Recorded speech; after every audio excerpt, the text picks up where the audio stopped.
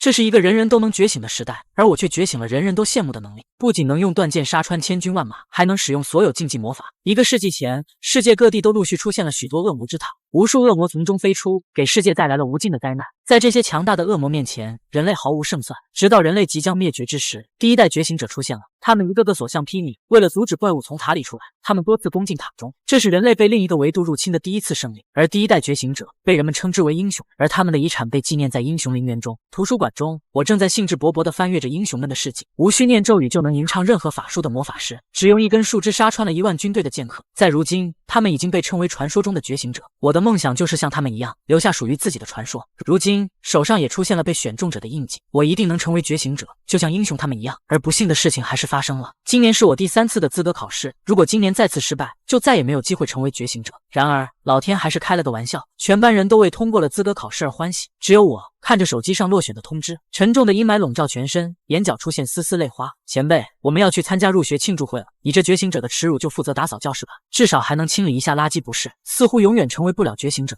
这就是现实与梦想的区别吗？手上印记更像是个疤痕，让他痛苦不已。就在这时，班里的男生突然出现，快到学校门口来。原来3年前的同学海琪，如今作为 A 级觉醒者回到校园接受采访，在记者面前表现得大方得体，对我的迟到表示理解，不断的述说着他曾经对我的帮助。可实际上，他现在连我的名字都想不起来，还是靠同伴提醒才记起。而我们在一起的时候，也没有什么所谓的帮助，有的只是拳打脚踢，从来不把我当人看待，甚至还把钱都拿走。而今天，海琪居然要求他一起参与拍摄采访，目的是什么？我才不要参与他的拍摄采访呢！我绝对不要给他当背景板。就在我打算离开这可笑的拍摄时，你的资格考试又失败了吧？即使浪费你这一天，又有什么可在意呢？我回忆起3年前的痛苦，不知不觉就默默承受下来，强颜欢笑地配合着采访，说着违心的话语。我很感激海琪同学。然而采访结束后，也不会有人记得我的名字。此刻我终于明白，即使你是邪恶的化身，只要你拥有力量，每个人都会站在你这边。就在这时，海琪和他的2个同伴走向我，邀请我今晚一起去英雄陵园。只要我去了，他就会向协会请求给我一次补考的机会。海琪表示这样做只是为了提高自己的知名度，具体安排等到了再说。我虽然对此表示怀疑，尽管我非常讨厌他们，但是我没得选择，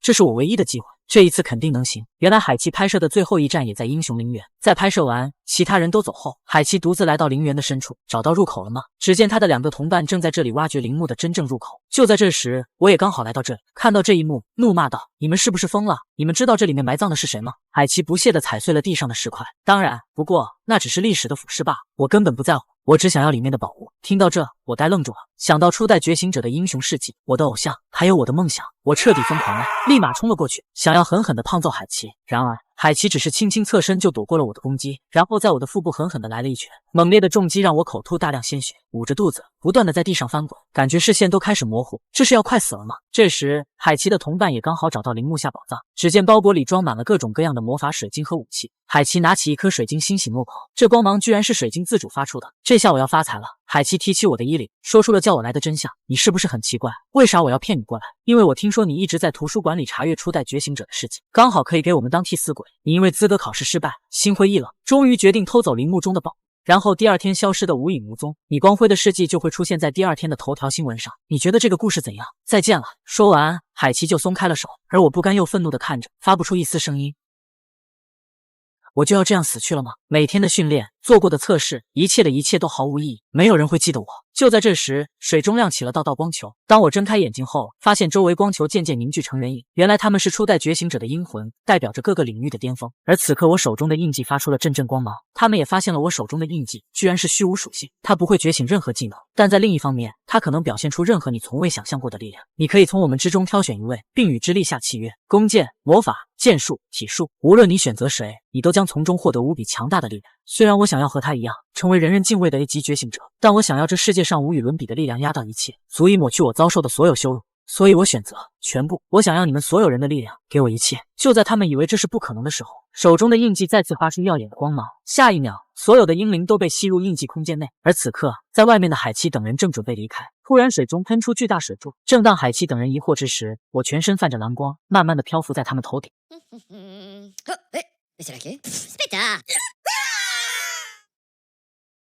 这是一个人人都能觉醒的时代，而我却觉醒了全职业的技能，不仅能使用所有职业的能力，而且每个职业都到达了巅峰。我因为被人设计落入水中，但却因祸得福，吸收全部初代觉醒者的英灵，成为了真正的觉醒者。我只是轻轻跃起，瞬间就来到了海奇几人的上空，很快落在他们面前，冰冷地看着他们。他们只觉得我像一只蟑螂一样顽强地爬了上来。我轻轻地捡起了脚下的一根树枝，然而在他们看来何其可笑！难道你想用一根树枝回击我们吗？而我对他们的嘲笑不予理会，只是轻轻挥动几下，适应着身体变化。海奇渐渐开始不耐烦，对身边的兽猴下达命令，立刻砍下他的脑袋。随即手中魔法印记亮起，虚空中幻化成一把利刃。原来兽猴已经成为一级觉醒者剑士，自觉地杀我简直小菜一碟，于是举剑向我砍来。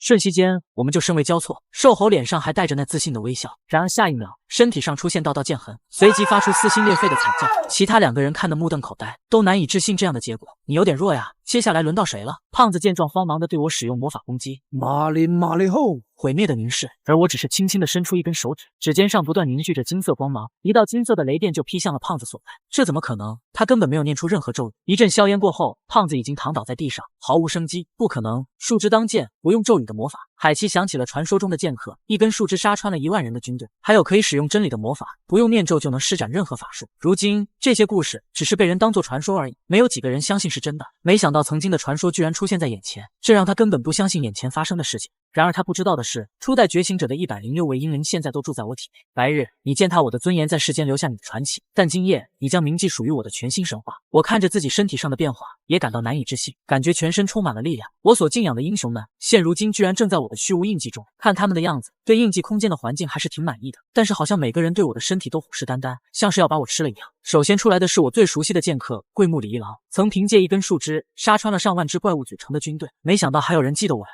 小子，你打算怎么做？然而我误会了，我还以为他说的是海奇。然而在他面前，海奇只不过是个垃圾，毫不在意。我说的是他后面那东西。我这时才注意到异常，海奇身后那装宝物的包裹正发出诡异的光芒。我急忙上前想要查看情况，却误以为我要对他不利，惊慌的在虚空中幻化出武器。我抬手挥出一拳，身受控制的螺旋起飞，重重的飞出了数十米。给我让开！包裹不断冒出无数邪恶的黑色之气，瞬间巨大的能量从中喷涌而出，无形的威压一下子笼罩了四周。这是什么东西？只见一只巨大的怪物出现在眼前，浑身充满了邪恶气息，让人心生恐惧。身后的海奇颤抖地爬起来，惊恐地看到这一幕。恶魔？为啥这里会有恶魔？这是一个来自恶魔之塔中的 BOSS 之一，被初代觉醒者封印在陵墓中，而如今你却把他们拿了出来。一些恶魔通过隐藏和休眠的方式来生存，而这家伙叫虚无的化身，全身都是眼睛的黑球，长满了无数的触手，危险等级超 S 级，一个行走的灾难。它会不断散发出毒气，能把几公里内的所有人杀死。在我那个时代，这样的恶魔很常见，但是对于这个时代的你们就很沉重。此刻的海奇吓得浑身颤抖，我不能死在这里。说着转身就跑，我连忙提醒他停下来，因为这种怪物会优先瞄准移动的物。然而为时已晚，只见怪物所有眼睛转向海奇的方向，突然一个触手弹射出去，径直的朝他射去，连忙举剑格挡，然而并没有卵用。随着断剑声的响起，触手紧紧的刺进了他胸膛，很快无数的小触手就遍布他的体内，不断吸食他的生命力。下一秒，全身血肉都被吸干，只剩下干瘪的身体。很抱歉，我已经提醒你了，可惜了，你没能看到属于我的神话传说。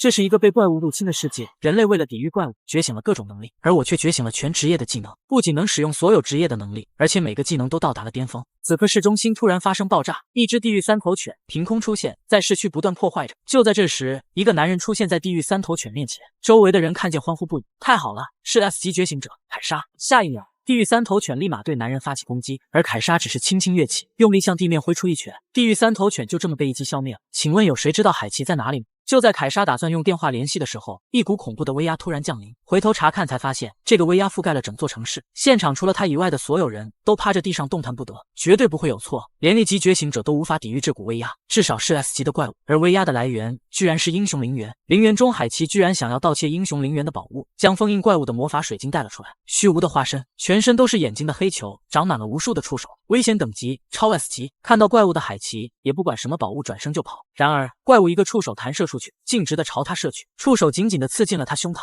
不断吸食他的生命力。下一秒，全身血肉都被吸干。桂木里一郎上前搂住我，你还不打算把你的身体给我吗？这可不是现在的你能对付的。而此刻我的体内还传来其他人的声音，都在为争夺我身体的控制权而争吵。这就是你们想要的吗？我可以将身体借给你们所有人，但是我只有一个条件，让我见识下你们到底有多强。总有一天我会超越你们所有人。听到这话，众英灵都很惊讶。桂木里一郎见状也是无奈，看来不能独享这个身体啊，那就开始吧，我先上了，伙计们。哈！随着一剑斩下，怪物的触手就被斩成了无数段，而手中的树枝也断成了2截，而怪物的反击也接踵而来，随即切换阴灵，轻轻侧身躲，然后对着触手就是一掌，直接就把触手拍断。趁着这个机会，我赶紧俯身捡起地上的木棍，对怪物挥舞着长棍，接着一个倒立旋转，旋风腿，借用触手的力量，借力打力，重重的将怪物砸在地上。怪物随着地面的破碎被弹飞到空中，我立刻拿起地上的弓箭，瞄准发射，无数箭矢同时命中怪物。听到怪物的惨叫声，我并没有停下来，这只是刚刚开始，还没见识完英灵们的全部实力。随即我跟怪物大战了300回合，各自职业技能被我一一使出。最后我来到海奇的尸体旁，捡起他的断剑，而这时怪物也被我的攻击吓怕，转身就跑，同时还控制着2根触手向我袭来。随即我的眼睛泛起电光，全身被闪电覆盖，触手瞬间化为了焦炭。高高跃起，结束吧，必杀技一刀2断。怪物被劈成了2半，终于在所有英灵的帮助下击杀了怪物。然而此刻，不远处的树枝上，一只乌鸦目睹了我击杀怪物的全过程。在城市的另一边，一群怪兽尸体被一只一只的堆叠在一起，而怪兽的最上方，一个男人正坐在那里打着电话。什么？已经被打败了？看来我还是慢了一步。知道是谁击杀的吗？通过乌鸦传回的讯息，是一名训练学院的学生。听到这名男子一下子有了兴趣，我想见见他。男人正是目前世界上最强的觉醒者千元。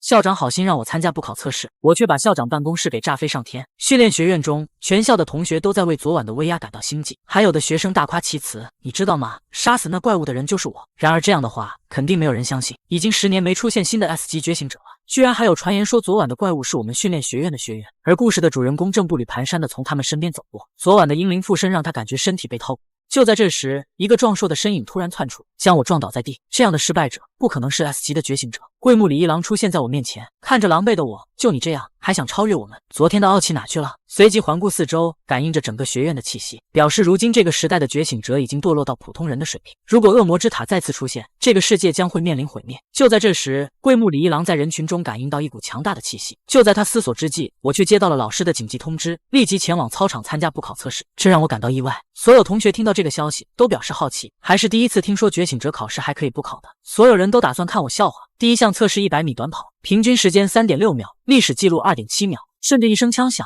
我瞬间冲到了终点，成绩1.2秒，打破了历史记录。看戏的众人都被这一幕惊得目瞪口呆。第2项测试3000米长跑，平均时间4分20秒，历史记录3分17秒，而我轻轻松松就跑出了1分17秒。接着是120秒的俯卧撑，平均次数215次，历史记录418次，我的成绩840次。卧推，平均重量400千克，历史记录620千克，我的成绩1280千克。众人看到现在，再次惊掉下巴。在他们面前，我像是换了一个人似的，不再是那个3年都考试失败的弱者。而他们不知道的是，我对自己的表现也感到震惊不已。难道又是你们的力量？而经过桂木里一郎的讲解，才知道，经过昨晚的一战，我的身体早已经脱胎换骨。而此刻，校长办公室中，世界最强的觉醒者千元正拿着平板看着我的资料。原来正是千元的建议，才让我有了这次补考的机会。校长站在旁边，对此次突然的补考感到疑惑。只因我3年来体能上表现都还算不错，但是却一点魔力迹象都没有。我觉得这是浪费您的时间。然而千元却对我充满了信心。魔力测试现场，全校学生都前来围观，而我来到测试风扇面前，需要在10分钟内用魔力控制风扇转动，平均得分1513转，历史记录4022转。过去3年不管我怎么努力都无法使出魔力，更别说控制风扇转动了。但是我现在能感受到，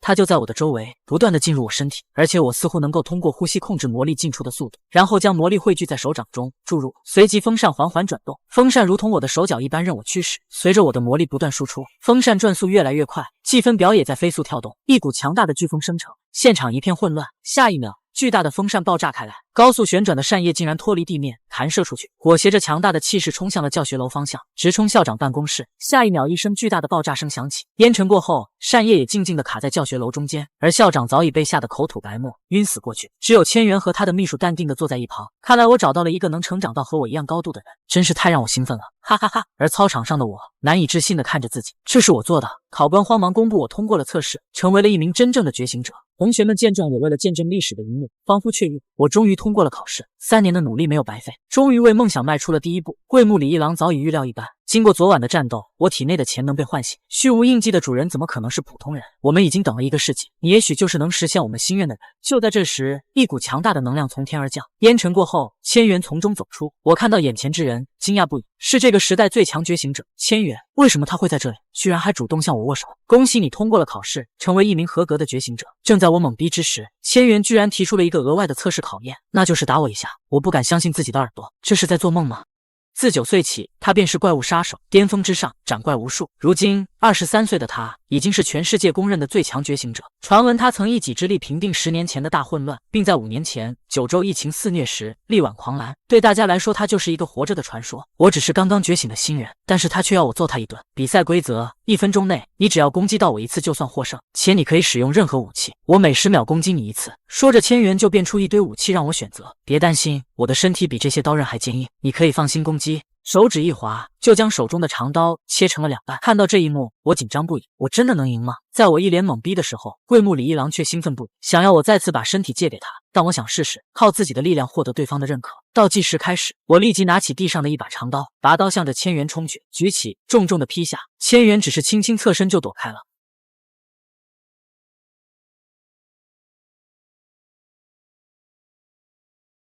我不断挥舞长刀，却始终不能碰到他。围观的同学都兴奋不已，不愧是最强觉醒者，居然能在躲避攻击的同时，还能一直盯着手机，左突右击，上挑下劈，均未奏效。我不甘心地问自己，为何连1次都触不到他？就在这时，第一个10秒来了，一根手指出现在我眼前，随即就是一记脑瓜崩。幸好我本能地歪了下头，强大的能量擦身而过。回头望向地面，一条深深的沟壑出现在我眼前。如果刚刚被击中，我就挂了。这还是测试吗？此刻，千元看着我感到疑惑。他在我身上感受不到力量波动，却躲过刚刚致命一击。而我知道，不能这样下去了，必须找回昨晚战斗的感觉。立刻调整呼吸，再次举刀挥去。随着我的攻击，挥刀的速度越来越快。我的变化让千元一惊，围观人群都惊呼起来。速度越来越快，就连相机都快无法捕捉到我们的动作。然而我知道，这样的速度还是不够，必须更快。下一个10秒来临，千元弯腰躲闪我的攻击，同时伸出一个弹指，一股恐怖的能量宣泄而出，直接命中我的胸膛。我被击飞数十米，直至撞击到教学楼上，整个身体嵌入进去。我猛然吐出一口鲜血，太棒了，太棒了！我的对手是最强觉醒者，如果换成以前，早已经死了。虽然以我目前的实力，不可能通过他的测试，即便如此也没有关系。随即我再次冲向千元，然而此刻千元已经对我失去了兴趣。你的表现让我很失望，该结束了。说着就用手刀重重的给我来了一下，我的视线随即变得模糊。你的实力确实很强，但是那只是针对普通人而已，还远远没有达到我想要的水平。很失望没有看到昨晚那股强大的力量。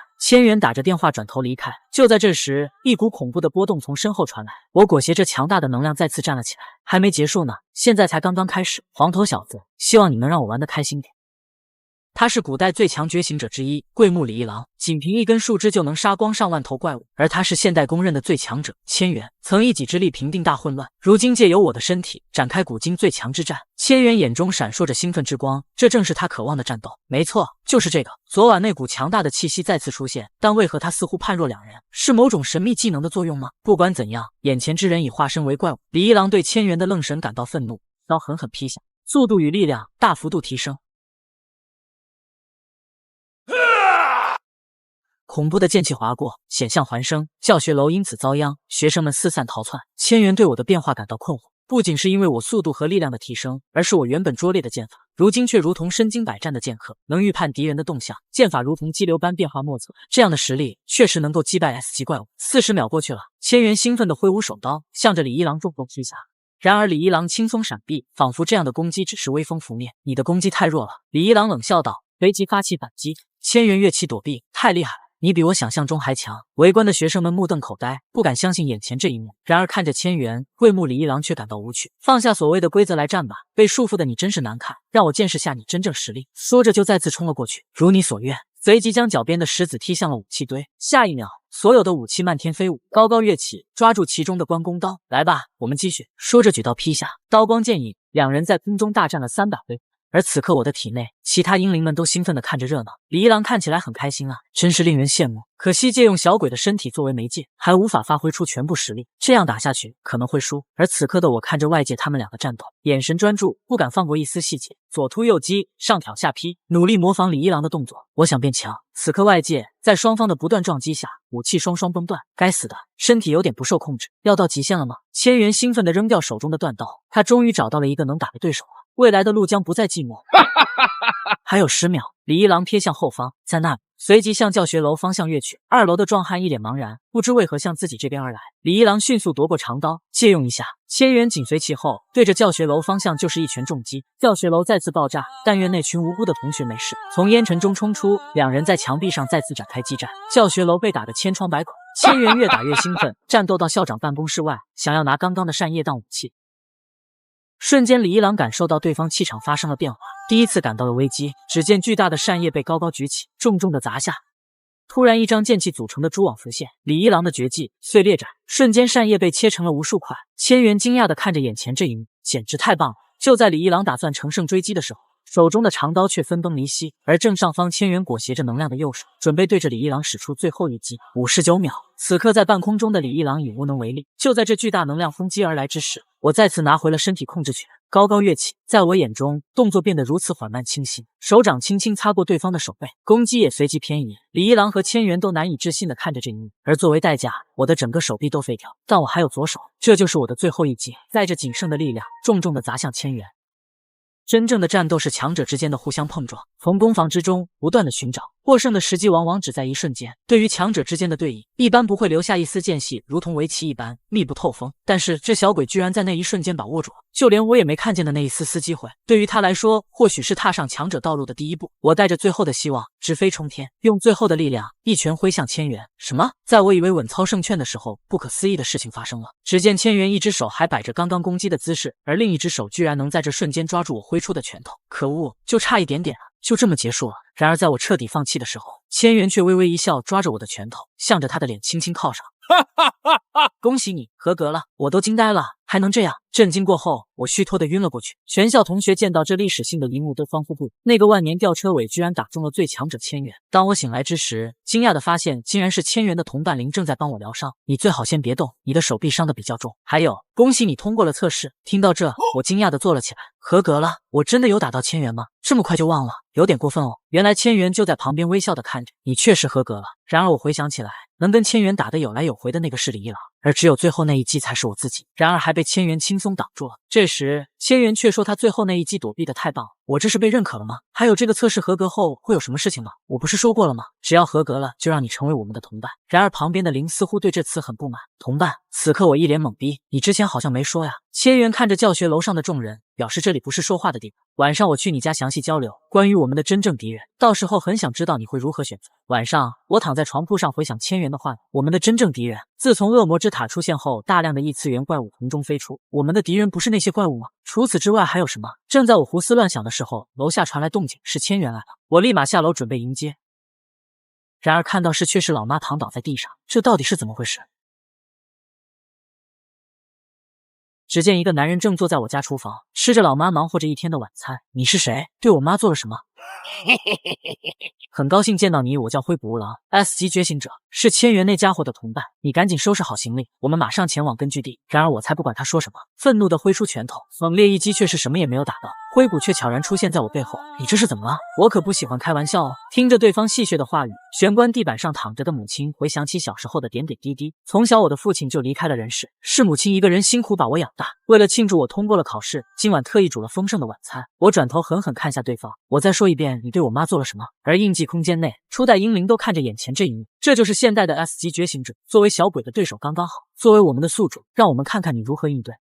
我只因为被附身了一次，就学会了所有职业的技能。晚上我在家发现老妈倒在地上，而家里不知什么时候多了一个人。你说的是你妈妈呀？你猜猜怎么样？可爱的小不点生气了，说着举起手刀就向我劈来。我冰冷的看着，抬起手来就轻轻接住，一个旋转，手臂向下甩动。灰谷难以置信的看着自己失去了平衡，然后直直的飞出了窗外。印记空间的英灵看到这一幕也是惊讶，这不是我的绝技神之手吗？没想到这小鬼就见过一次就学会了。灰谷一个翻身重新站起来，刚刚怎么回事？难道是太极？感觉被自己的力量甩飞出去。情报上不是说这家伙只会剑术，而且非常莽撞。我光着脚从碎石中走出，浑身包裹着强大魔力。我再给你一次机会，回答我的问题，你到底对我妈做了什么？哎呀，你现在的表情我很喜欢，告诉你也无妨，是毒，剧毒无比且无药可救。运气好的话，还有机会留下遗言。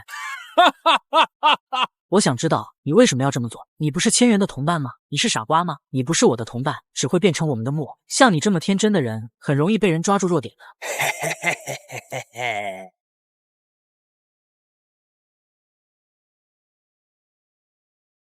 就在这时，我的脚被踩中，下一秒，灰谷就对着我的脸颊上挥出一拳。虽然我及时的拉开了距离，但是脸颊上还是被划出了一道伤痕，随即伤口处布满了毒素。原来灰谷指甲中涂满了剧毒，名为幻想虫毒，只要1分钟，毒素就会入侵全身，到时候神仙难救。获得解药的条件是加入组织，否则就去死吧。没办法，我只能对着印记空间内说道：“药师之王瓦兰塔，等会可以告诉我解毒方法吗？”听到对方肯定的回答后，我对现在的毒素就没放心上。如今我体内居住着这世界上最强的仙子，不管是哪个职业，都到达了巅峰，所以你对于我来说一点恐惧的理由都没有。灰谷见我依旧表现得如此淡定，没有一丝即将面对死亡的恐惧，感到愤怒无比。我要让你见识下真正的恐惧，这一击剧毒会让你生不如死。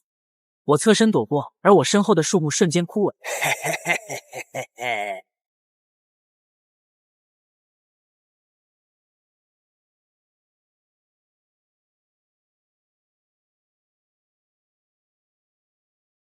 在我的一套连招下，灰谷节节败退，被逼急的他双手并拢，对我使出最后的杀手锏。然而这一招对我没用，我轻而易举的就破开他的攻击，直击他的腹部，随即对着灰谷使出龙爪，疯狂攻击。接着是连根拔起，一个上抛，灰谷被狠狠地抛上了高空。我抬起手指，指尖不断的汇聚着能量，噼啪作响。真理魔法，去死吧！灰谷现在都难以置信，这是为什么呀？我的毒为什么对他一点作用都没有？下一秒，空中绽放出耀眼的光芒，众英灵都目睹了这奇迹般的一幕。大家都看见了吧？这小鬼只是被我们附体过一次，居然就把我们的技能学去了，这就是虚无印记的力量吗？真是太强了！如果把它培养起来，学会了我们所有人的能力后，那将是人类前所未有的高度。你敢相信，原本害羞腼腆的药师之王附身男主身体后，就发出猥琐的笑声，在男子的下方指指点点。一群黑衣人在城市上空飞奔，速度行动，确保在千元他们赶来前完成任务。组织已经开始行动了，我们也不能落下。你好啊！这时千元突然出现在身后，你们已经是最后一批了。说着就伸出手指，就来了一击脑瓜崩。领头之人就在惊恐中见了上帝。解决完后，千元连忙打电话询问林那边的情况，而林也正好赶到我家上空。然而他惊讶地发现，我好像来晚了，那个 S 级的觉醒者已经被解决了。千元也赶到了我家，看着我完好无损，开心不已，连忙询问是否有人中毒了，他这边可以帮忙解毒。然而已经没事了，我母亲现在已经安然无恙，正躺着沙发上休息。而空间中的李一郎却吐槽道：“怎么会没事？刚刚要不是瓦兰坦及时调配出解药，他们两个都已经见上帝了。”原来在打倒敌人后，瓦兰坦立马附身，控制我的身体在灰谷身上提取血气。看事情都解决了，千元连忙向我道歉。原来我白天和千元打斗的视频被传开，因此我被很多组织盯上了。千元之所以来晚了，就是在解决这些组织的问题。而地上这个 S 级觉醒者根本不是千元的同伴，只是想冒用千元的名义带我离开。这时林突然冒出，表示任务已经完成。只见之前战斗所破坏的建筑居然已经恢复如新，那我们就进去谈谈正事吧。关于你今后的选择，我不同意，那太危险了。千元正在劝说我妈让我成为他的同伴，并前去他那里训练，而我却兴奋无比，能成为最强觉醒者的同伴，也就离我的梦想更近一步。从小我都为此努力，不管受了多重的伤也不曾改变。我无法保证他绝对安全，但是你也想看看变强后的他吧，成为不亚于英雄们一样高度，完成自己的梦想。经过一番劝说后，我妈终于还是同意了。第二天我就拿着行李出发了。老妈，我走了，照顾好自己，过年的时候记得回来。瞬间心中涌起一股不舍，泪水几乎要夺眶而出。然而当我在车上打开老妈做的便当时，我再也控制不住，眼泪不断涌出。一路无言，很快我们就来到了大山之中。我们到了，这是一所被国家认可的觉醒者部队预言组织。我看着眼前的建筑，惊叹不已。而此刻，2楼窗户上，一名男子正盯着下方，又有新人来了。只见房间中聚集着5个人，似乎对新人都有不同的想法。2名女子对新人表现得漠不关心，而黄发似乎很开心能有新同伴。而红发男子走到窗户旁，同伴吗？那就让我亲自来确认下，他是否有那个资格。我在觉醒测试中，通过英灵附身作弊的行为，成功得到了最强觉醒者千元的认可。千元邀请我成为他的同伴，并一起来到他们的预言组织。我拿着行李看着这基地，惊讶不已。就在这时，空中突然出现一个人影，看招！不错呀，能正面接下我这一击，看来还是有点意思的嘛。说完一个后跳，稳稳落地。请容我做个自我介绍，我叫彦太郎，是预言组织的一员，和你同期哦。我看着眼前这人，一脸懵逼，而千元站在旁边欣赏着眼前的这一战。下一秒，彦太郎再次向我袭来。话说你刚刚说的同期是什么意思？还不知道啊？那我一边战斗一边给你说明。首先是关于预言部队的创立。你还真要一边战斗一边解说呀？这不是很好吗？节省时间。话说你叫什么名字？神指蛮蛮。那么蛮蛮，那我就给你说下，你知道觉醒者的工作吗？不就是消灭从空间裂缝中冲出的怪物吗？答对了。但你知道除此之外还有什么吗？10年前的万魔宫大混乱，5年前的九州大灾变，你知道是什么原因吗？难道不是大裂缝造成的吗？对，这就是你在训练学院中所能知道的原因，但这只是对外公布的假象罢了。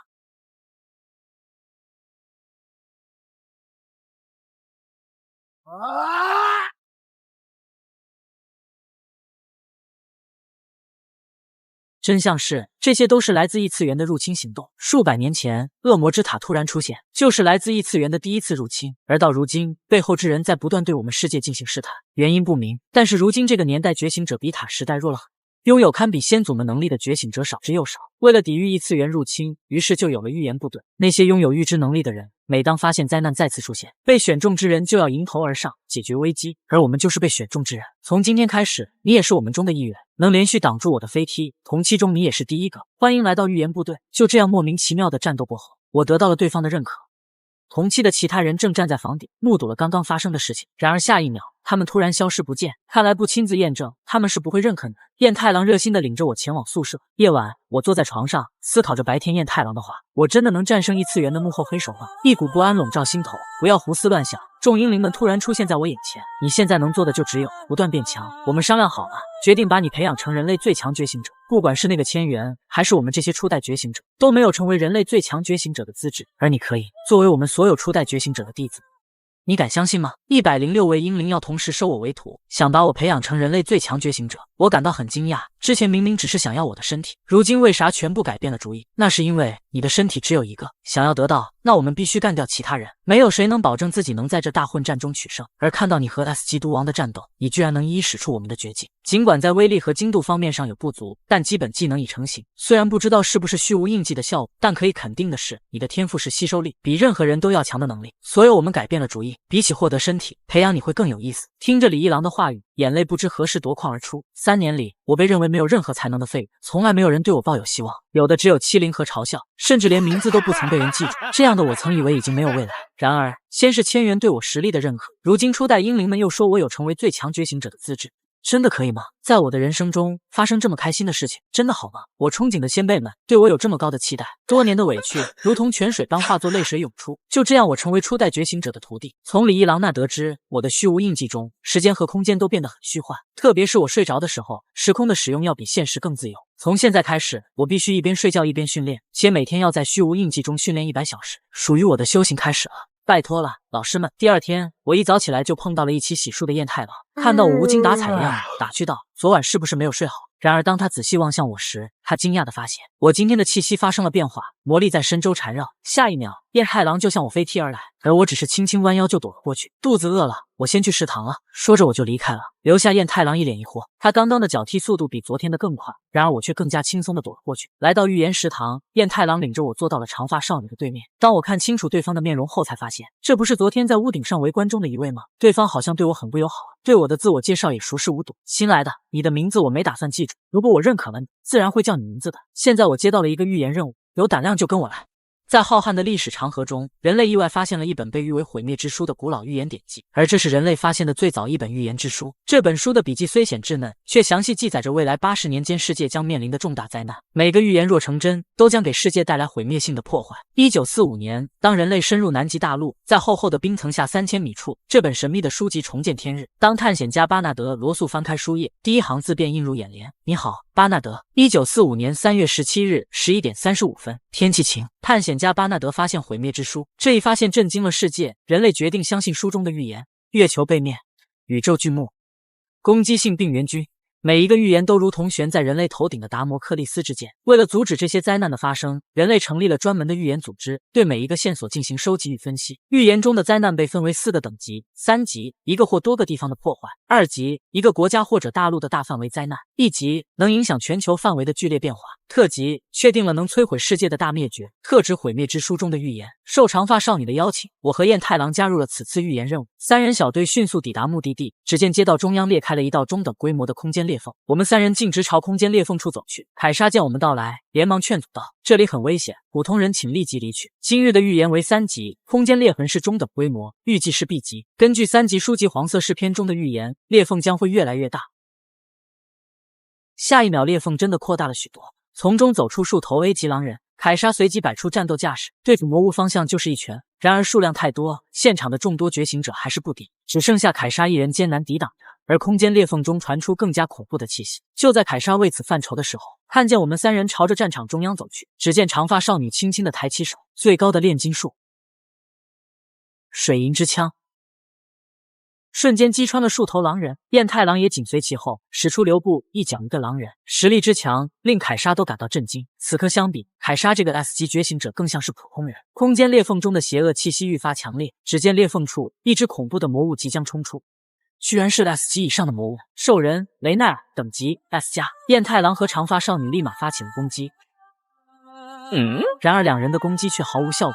看来普通的物理攻击很难对这魔物造成伤害。与此同时，魔物向着长发少女的方向袭来。就在他打算凝聚水银防御时，我立马站到了他的前面，用手掌挡住了魔物的冲撞。接着一股强大的力量从手掌处发出，穿透进魔物的身体中，随即发生了猛烈的爆炸。众人看到这一幕都目瞪口呆，一击就打败了超 S 级的魔物。果然今天早上的不是错觉，蛮蛮在1个晚上的时间变强了。我感受着自己身体的变化，这是昨晚训练圣拳的成果，穿透外层的防御，从内部进行破坏。我开心地看向后面的少女，现在可以告诉我你的名字了吧？她微笑道。小恭喜。这个世界存在着各式各样的预言之书，而人类为了阻止预言中的事情发生，成立了一个国家级别的预言组织，并将预言分为4个等级：3级，一个或多个地方的破坏；2级，一个国家或者大陆的大范围灾难；1级，能影响全球范围的剧烈变化；特级，确定了能毁灭世界的大灭绝。目前特指毁灭之书中的预言，每当预言发生，组织就会派遣被选中之人前往解决危机。今天，小宫西邀请我们参与此次3级预言任务，迅速将空间裂缝周围的魔物清理干净。他们2人熟练地站在裂缝处。新来的，我们打算进去了。在一旁的凯莎听到这话，吓得不轻。裂缝里面可是异次元，情理之点。然而我没有一丝犹豫，径直地向裂缝处跑去。随着我们3人的进入，凯莎都看呆了。对于她来说，根本没有勇气踏进空间裂缝。他们难道就是传闻中的秘密组织？来到空间裂缝中，里面就有无数头狼人向我们袭来。而小宫西打这些狼人已经轻车熟路，只是一击万箭齐发，就瞬间秒掉了他们。我和彦太郎在后面轻松看戏。就在这时，一头狗熊出现在小宫西面前，彦太郎立即上前帮忙抵挡，轻松戏耍这只笨熊。一套华丽连招过后，还不忘摆出一个帅气的造型。我看准时机，模仿彦太郎的攻击，给狗熊又来了一套一模一样的连招，对着彦太郎调侃道：“是这样子吗？”很快我们解决一路上的杂兵，一路来到裂缝空间的最深处。一个庞大的身影从天而降 ，BOSS 失明的牛头人，等级 S 加。小宫西毫无畏惧，立马发出了攻击。至高的炼金术师，只见牛头人脚下出现了一道炼金术魔法阵，黄金炼成，瞬间无数把黄金宝具从中飞出。小宫西不断消耗魔力，对牛头人进行压制。彦太郎看到这华丽的输出，瞬间会意，正打算上前给牛头人致命一击。然而在后面的我看得很清楚，小宫西的攻击对牛头人毫无效果。在他们对我表示疑惑时，牛头人动了。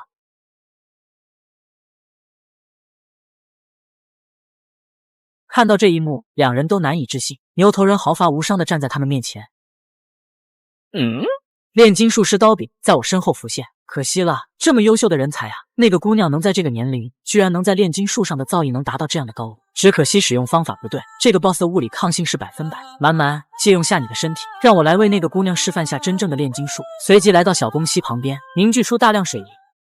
水银炼成，瞬间牛头人的下半身就被水银包裹。看到这一幕，小宫西惊讶不已：“你怎么会炼金术？而且你在做什么？物理攻击对那魔物无效，愚蠢的家伙！你的炼金术还是太年轻了。物质有3种状态，能造成伤害的不一定只有固态，比如沸腾吧。”只见牛头人身体变得通，嘴里冒出大量滚烫的水。伴随着大量蒸汽吹拂而来。就这样，一头超级 BOSS 竟然就这样被活活烫死了。我的第一次任务就这样顺利完成。黄色诗篇中记载的3级预言被成功阻止，此次任务也顺利落下了帷幕。击败失明的牛头人，达成。男人只是因为秒杀了一头 BOSS， 竟被紧急派去调查神秘的小镇。在这个世界中，每个人的能力都源自手上独特的印记，决定了他们的职业道路。有操纵魔法的魔法师，有力量超群的武者，还有擅长刀剑之术的剑客。而如今我却能使用出多种能力，这让小宫西感觉不可思议，也因此承认了我的实力。离开空间裂缝后，我们就打算回去提交报告，给众人留下帅气的背影，让人仰慕。很快就回到了预言组织本部。当我们来到研究室第3会议室时，发现这里已经有人了，正是同期中的红毛，当初站在中间的那位。既然人都到了，那大家都一起听听吧。随即丽园市长打开分析小组送来的影片，只见影片中只有一个烧得通红的物体，这其实是一本预言之书。它被发现于被烧焦的火山带，一直被搁置至今。经过 X 射线和 AI 的最新技术，已经破译了一部分内容，其中有一条关于岛国的预言。听到这，众人都十分震惊，因为已经很久没有发现全新的预言了。由于所有的正式成员都外出了，所以我想拜托4位去帮忙调查下，详细情况已经发送到你们邮箱，请各位立刻出发。因此我们就稀里糊涂的接了此次特别任务。关于此次预言信息即时，任务等级位置，而主要做的只是调查，出现任何意外情况，请确保自身安全，必须等待正式成员前来再行动。由于目的地比较远，大伙基本都在车上睡着了，只有小宫西强撑着，最后还是抵挡不住身体传来的困意，很快就睡了过去。然而当他再次醒来的时候，车上只剩下他一个人。小宫西气冲冲地跑下来指责众人，你们这群人到了为什么不叫醒我？快看前面！小宫西这才反应过来，大家的反应不对劲，连忙看下前方，只见一个巨大的魔字形成的魔法阵笼罩在这片区域的上方。我们还是来晚了，预言已经发生了。根据资料上描述，这水晶柱中的骸骨应该就是那23位村民。此次预言和30年前歌山消失的公寓很接近，那次预言差一点打开了异次元通道。就在这时，紫色水晶发生异动。就在这俩怂货在犹豫该怎么办的时候，红毛立马站了出来，表示就由他阻止吧。这是把市长的警告给无视了呀！突然一股强大的魔力从他们身后爆发，没错，就是我。在天才面前，似乎没点实力都说不上话。我觉得可行，就由我们前去阻止此次危机。其他3人没想到我一个新人会这么说，希望你不要成为累赘，跟我来。说完，红毛就跳了下去。就这样，新人达成一致，纷纷跟上。而印记空间中，初代觉醒者看到外界的状况，感慨道：“这气息真令人怀念啊！”一股禁忌之术的气味。美丽的月色下，一块墓碑前，一只手破土而出。古代男子只是用鲜血写了一个魔字，就将自己复活在现代社会。传说在很久以前，有一名觉醒者，是当时的妖术师之首板东竞技。然而他却在太平盛世残杀了大量平民，最后败给了同是觉醒者的阴阳师。在逃亡中，他来到了一个村庄，将整个村子屠戮殆尽。虽然我失败了，但是总有一天我会再次复活，君临这个世界，成为吞噬所有生命的魔王。用血液刻画的魔阵，献祭阵中所有生命，复活到现世。我们一行4人作为新人，本来只是前来调查此次预言的，但是没想到现场情况如此糟糕，我们就自作主张前往阻止。BOSS 板东竞技，等级未知。只见板东站在月色下，熟悉着刚刚复活的身体，力量还没有完全恢复，看来是祭品的数量不够。就在这时，我们4人从背后冲出，对着板东使出各自绝技。然而对于他来说，来得正好。我的食物好像有了，下一秒，男子手臂一挥，自己就瞬移出攻击范围。同时，我们脚下出现了一个魔法阵，瞬间被恐怖的爆炸波包围。烟尘过后，幸好大家都没有大碍，但是我发现了不对劲，立马提醒空中的2人小心脚下的魔法阵。然而还是晚了，无数血手缠绕着他们，使得他们无法动弹。就在板东觉得稳操胜券之时，我突袭到他身侧。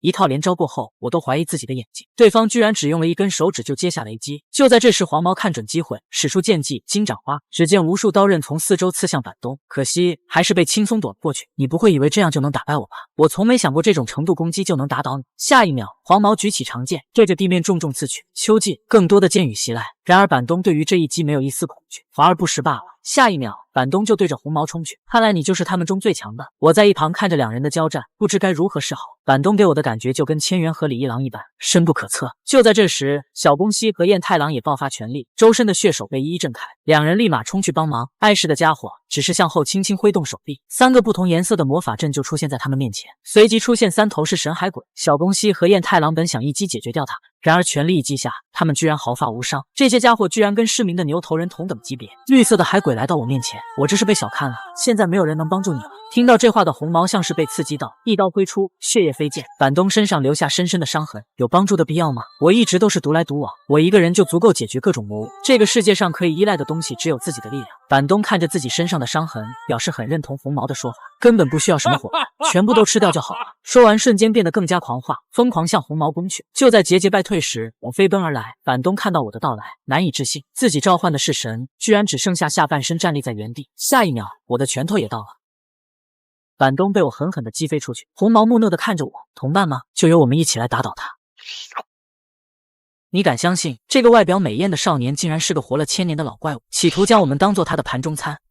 我一拳将板东击飞，站在红毛身旁，决定共同面对这个敌人。一个人是无法战胜他的。变太郎和小宫西都被海鬼缠住，一时半会脱不开身。如今只能是我和红毛可以共同对付这个 BOSS， 齐心协力一起打倒吧。然而独来独往的红毛果断拒绝了，我的战斗不需要其他人的帮助，那家伙由我一个人打倒。就在我打算询问为什么时，板东已经攻击而来，一手一个妖术黑暗球瞄准我们。红毛立即挥刀切断对方的手臂，并后跳躲避攻击，而我却没有这么幸运，被这波能量炮正面击中，随即被轰飞出去。板东随即把空中的断手接上，与红毛再次拼杀起来，而被轰飞的我在地上留下深深的痕迹，直到撞击到一棵树上才停了下来。我缓缓醒来，双手因为刚刚的那一击受伤不轻，还好只是一瞬间的昏迷。另一边，红毛和板东交战激烈，红毛明显处于劣势，这样下去就危险了，能切开一切的刀刃，如今却被这只手挡住了。板东突然发出大笑，全部都成为我的食物吧。下一秒，举手向着红毛拿刀的手臂砍去。哈哈哈哈！面对如此激烈的战斗场面，我不禁感到胆战心惊。对方是非常厉害的妖术师，居然能使用如此精准的死后复生的禁术。如果在大城市有大量的祭品，这家伙真的可能会作为魔王出现人间，所以必须在这里阻止他，把身体交给我们其中一个。这一次就由我们来打倒他。不要，这不是修行，而是真正的战斗。我不能每次都依靠你们，总要面对的，是吧？还记得当初的诺言吗？我一定要超越你们所有人。听完我的话后，李一郎哈哈大笑起来。去吧，按自己的想法做，让我们看看你修炼的成果。好的，师傅。说完，就向着战场急速而去。战场上，红毛被打得节节败退，艰难挡住板东的手刀。我只是学习了火球术和剑法，就自创了一套组合技能——火焰剑技。一边是从1000年前复活过来的妖术师，一边是刚刚起步的天才萌新。你觉得满满能战胜那个妖术师吗？不知道，他不是鲁莽之人，在睡觉之时都会抓住每一次修行的机会。战场上，板东的断手已经重新接上，我们的交锋正式开始。一旁的红毛看着战斗，震惊我的变化，想起之前的话语，心里对同伴的感受正在悄悄发生改变。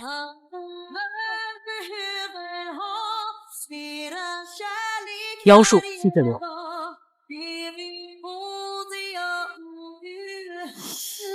阵脚，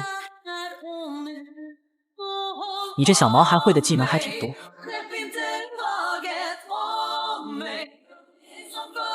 一阵爆炸过后，碎石乱飞，我立即使出在印记空间中学习的技能步法，近光反射，瞬间来到板东身后，对着板东脑袋就是一刀划过。只可惜还是被躲了过去，仅只是擦伤了脸颊。当我再次袭来时，已经错过时机，攻击被挥手挡下。下一秒，脚下出现了巨大的魔法阵，猛烈的魔法能量炮随即爆发。我从烟尘中飞出，立即调整好状态。我相信，只要我能将师傅们教我的灵活运用在战斗中，我就一定能获胜。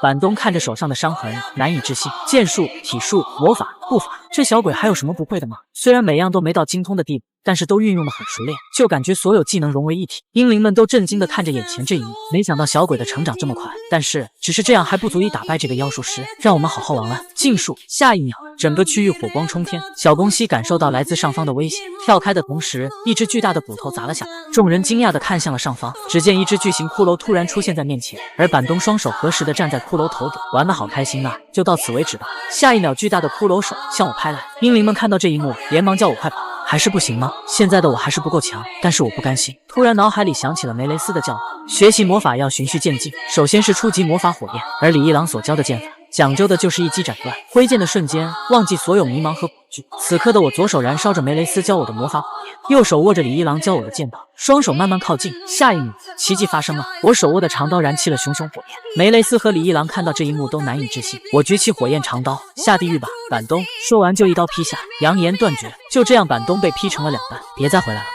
自创技能是有多简单？首先你要先找一把长刀，然后再随便释放个火焰，两者结合，你的自创融合技就成功了。然后随便一剑，巨型骷髅就被劈开，火焰慢慢将其分裂。而被劈成两半的板松惊讶地看着这一幕，印记空间中的刀柄看到这一幕兴奋不已。原来如此，这太有趣了！满满的异常之处在于能够使用所有系统的技能，并随意切换。如今居然能同时使用两种能力，并将之融合，自创属于自己的技能。也就是说，未来可能还会更多。听完刀柄的分析，李一郎开心不已。你的未来充满了可能。回到战场上，我已经用尽了最后一丝力量，随时可能倒下。本以为战斗已经结束，然而就在这时，板东断之处不断冒起血泡，很快被斩断的下半身奇迹般再生了。刚刚真是太危险了，如果击中的是脑袋，我真的就挂了。说着，就在手里凝聚个黑暗球。我绝望地看着这一幕。就在即将发射之时，一道剑光划过脖子，剑技山春红毛一刀划过，板东难以置信地看着自己的脑袋飞起。没想到会是你！话未说完，红毛深知补刀的重要性，立即将板东大卸八块。板东在生命最后的时刻却看到了这一幕。只见红毛一个滑铲过来，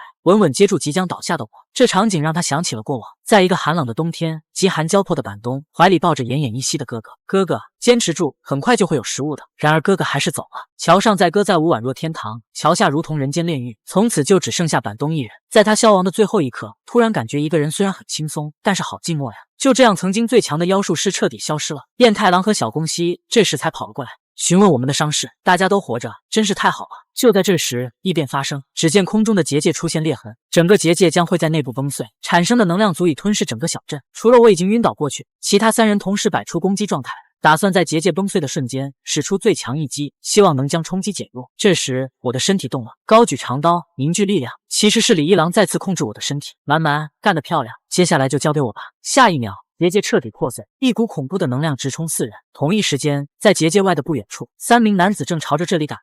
看到结界彻底破碎，三人都停了下来。看来我们来迟了。就在这时，一股蓝色的能量冲天而起，李一郎的全力一击冲开了结界的能量。3名男子难以置信地看着这一幕，好厉害的剑闪！来人正是前来救援的正式队员，预言组织苏方队队长。叫我女王陛下。在黑暗的角落，梦想被遗忘。此刻抗试失败的伤刻在心房，小小雨季里，如影随形。希望的火苗，微弱却倔强。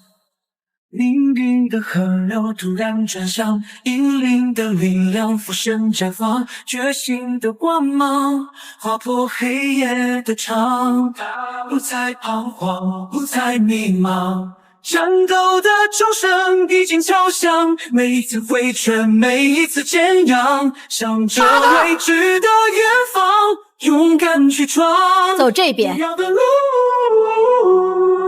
来我这里集合。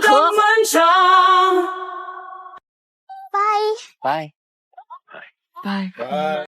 主角团打生打死才勉强解决一个准一级预言，而千元只是简单的一个螺旋丸，就将超级预言给消灭了。在秘鲁的上空，千元正坐在飞机上打电话，等级不明的预言居然被新人击破了，那真是太厉害了。而电话的另一边正是之前前往支援的苏方队队长苏方成，此刻正站在一只无头巨龙面前，像是刚刚结束战斗，最终确定等级归为2级，但是潜在的危害我认为相当于1级预言。飞机上的千元听完后开心不已，在看不到的地方，大家都在悄然成长。还有就是这次预言任务做出最大贡献的是刚刚加入不到2天的神指满满，听说是你带他来的，想问你下他是什么人？听到这的千元微微一笑，终结所有预言的人，说不定是他，我们一直期盼的存在。对面的苏方队长感到吃惊，你对他有那么大的期待吗？如果你不介意的话，要不要亲自去确认下？你快回来吧，我现在感觉好无聊。果然没有你的话是没法分出胜负的。千元听完哈哈大笑起来，然而这时耳机中却传来不合时宜的声音，目标出现了。只见飞机的正前方出现了一个巨大的身影，超级预言，太阳落山的时候 ，BOSS 自杀感染源伊士塔姆。这时怪物眼睛猛然睁开，一股恐怖的威压覆盖住整个天空。然而千元依旧淡定地打着电话，阿成，我这边要忙了。说着手中凝聚出蓝色的螺旋丸，正是千元的绝技神旋风。画面一转，我从昏迷中醒来，发现自己躺着病床上。通过旁边的工作人员得知，这里是预言组织的医务室，自己已经昏迷了好几天了。就在我还没有回过神来时，发现对面红毛正坐在那。你不会一直坐在这里看着我吧？彦太郎和小宫西呢？从红毛那得知，自从任务回来后，他们就一直待在训练室，似乎很不甘心自己在任务中的表现。就在这时，红毛问出了自己最想问的问题：你到底是什么人？最后不管是斩杀巨型骷髅，还是冲散结界爆炸的能量，你的力量都是压倒性的。刚进来2天，连续击败了3级预言和潜在1级预言中的 BOSS， 还有技能的的种类，最夸张的是最后的融合，我至今都没有听说过，我到底该怎么办？红毛似乎很想像我一样变强，然而这时候突然苏方队长闯了进来，红毛看着进来之人惊讶不已，哥哥你怎么会来这？然而苏方队长并没有打算理会自己的弟弟，径直的从红毛身边走过，来到我的病床前，我还在疑惑来人居然是红毛的哥哥时，一刀剑光闪过，苏方队长突然向我发动了攻击，幸好我及时躲了过去，跳到了后面的天花板上。我严肃地询问道：“你这是在干什么？这不是一般的研修生能避开的攻击，你合格了。”听到这话，我一脸懵逼。这时对方却一脸严肃道：“我是预言组织苏方队队长苏方成，神指蛮蛮，鉴于你的杰出表现，让你暂时加入我的小队。”听到这话的我还没有太大反应，然而红毛却难以置信，连我都还没有得到哥哥的认可，如今蛮蛮却被哥哥亲自来邀请。红毛一脸沮丧地站在那里一动不动，心中似乎把我记恨上了，而我却一脸懵逼地跟着苏方队长离开。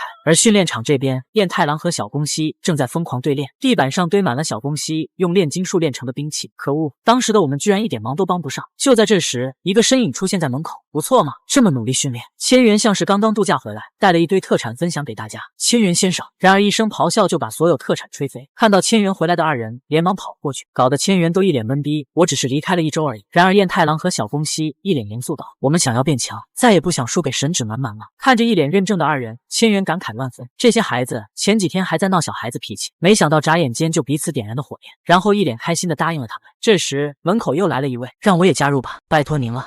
我只是睡了一觉醒来，同期的伙伴都开始视我为劲敌。燕太郎和小宫西从红毛那里得知我已经加入了苏方小队，成为了正式成员，两人都感到很惊讶。而千元似乎想到了什么，这好像是我上一集给阿成的提议。而此刻的我正跟在苏方队长身后，从他那得知明天就有任务，一早就得出发。突然苏方队长停下来叫住我：“神指满满，你和真治很熟吗？”这问题把我难住了。我们一起才认识2天，只是在板东之战中关系变好了一些。我接了他的剑，他在病床旁陪我到醒来，这应该算关系好了吧？听到我的回答，他也只是淡淡回了句：“是吗？”而同一时间2个空间，哥哥他根本不在乎我，真的很担心真治。就在刚才，他只是瞥了我一眼。就在刚才，因为伤疼的不忍看下去，想要让哥哥看到我，只有拼命变强。不管你能力强弱，我只希望你平安就好。听到苏方队长对真治的关心，我不禁感慨道：“你们兄弟关系真好啊。”而苏方队长骄傲的回应：“当然了，我总有一天能打败哥哥，弟弟可是我最重要的亲人。”我还一厢情愿的觉得他们兄弟感情真好啊。在预言组织内部存在几个正式战斗小队，以少数精锐为宗旨，固定在最小的7人小队，在直接战斗中互相竞争，最终获胜方将被冠以最强之名。飞机上，苏方队的君山尊给我介绍着我们这个队伍的战力，苏方队长占了9层，所以啊，你也不要因为临时加入就逞强，一切交给苏方队长就好了。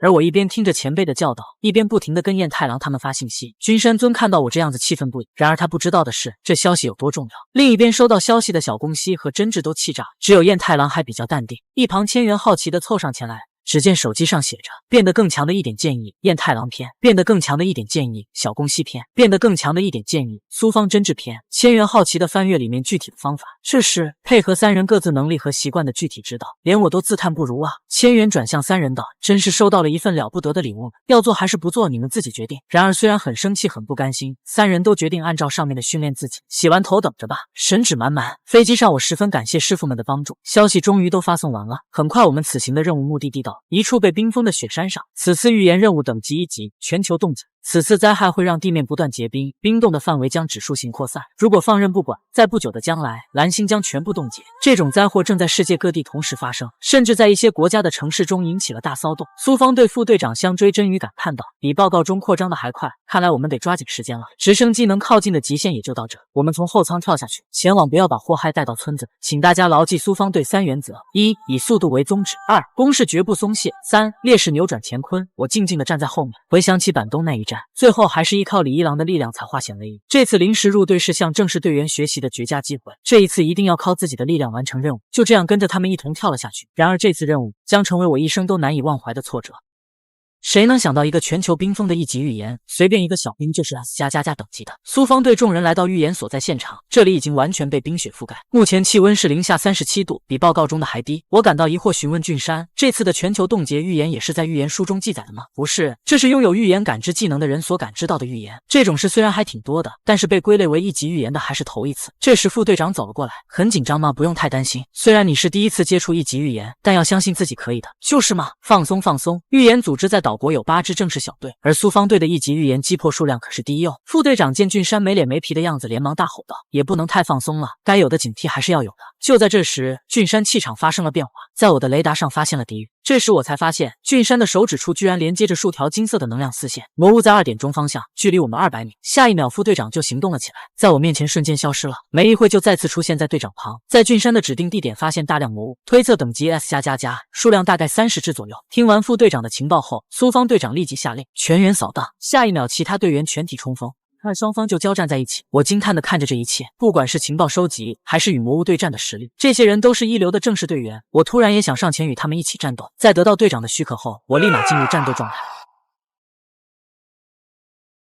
我解决掉眼前这只魔物后，突然发现另一边的情况好像不对，只听见副队长大喊道：“小心那家伙！”有一只强大的个体混在其中，我当机立断，再次使用我的融合技能扬言断绝。那只魔物发觉危险时已来不及躲避，瞬间就被我切成了2段。俊山回头惊讶地看着我，副队长也投来赞赏的眼神，不错嘛，小家伙。而苏方队长这边只是轻轻挥动几下，瞬间解决掉剩余的魔物。原来如此，这就是千元所看好的才能吗？夜晚，众人临时在一处冰屋中休整。俊山怎样？找到没？很遗憾，至少在10公里范围内没发现到的踪迹，看来只能先在这里过夜了。明天再继续寻找。而此刻，我一个人坐在外面的篝火前，想要趁机尝试下能不能学会新的融合技。一只手包裹着雷电之力，一只手凝聚水元素之力，两者相结合。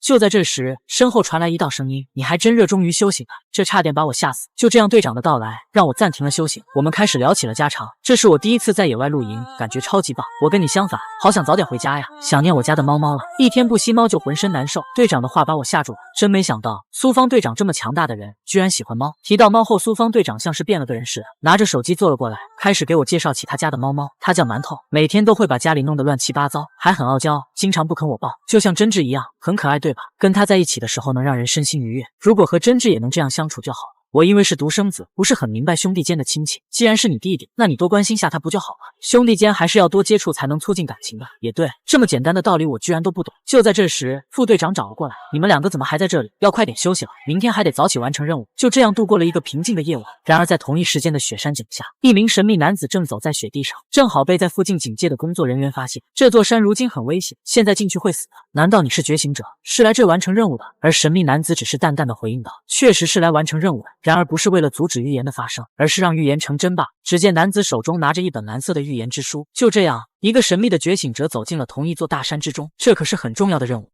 为了阻止全球冻结的预言发生，我加入了苏方小队，成为了临时队员，一起去解决这次危机。在冰封的雪山上，我正在印记空间中接受着师傅们的教导。快2个小时了，靶子不知道什么时候会浮出水面，而此刻的我已经满身是汗。消除杂音，集中精神，想起苏方队众人的强大，此刻的我只想变得更强。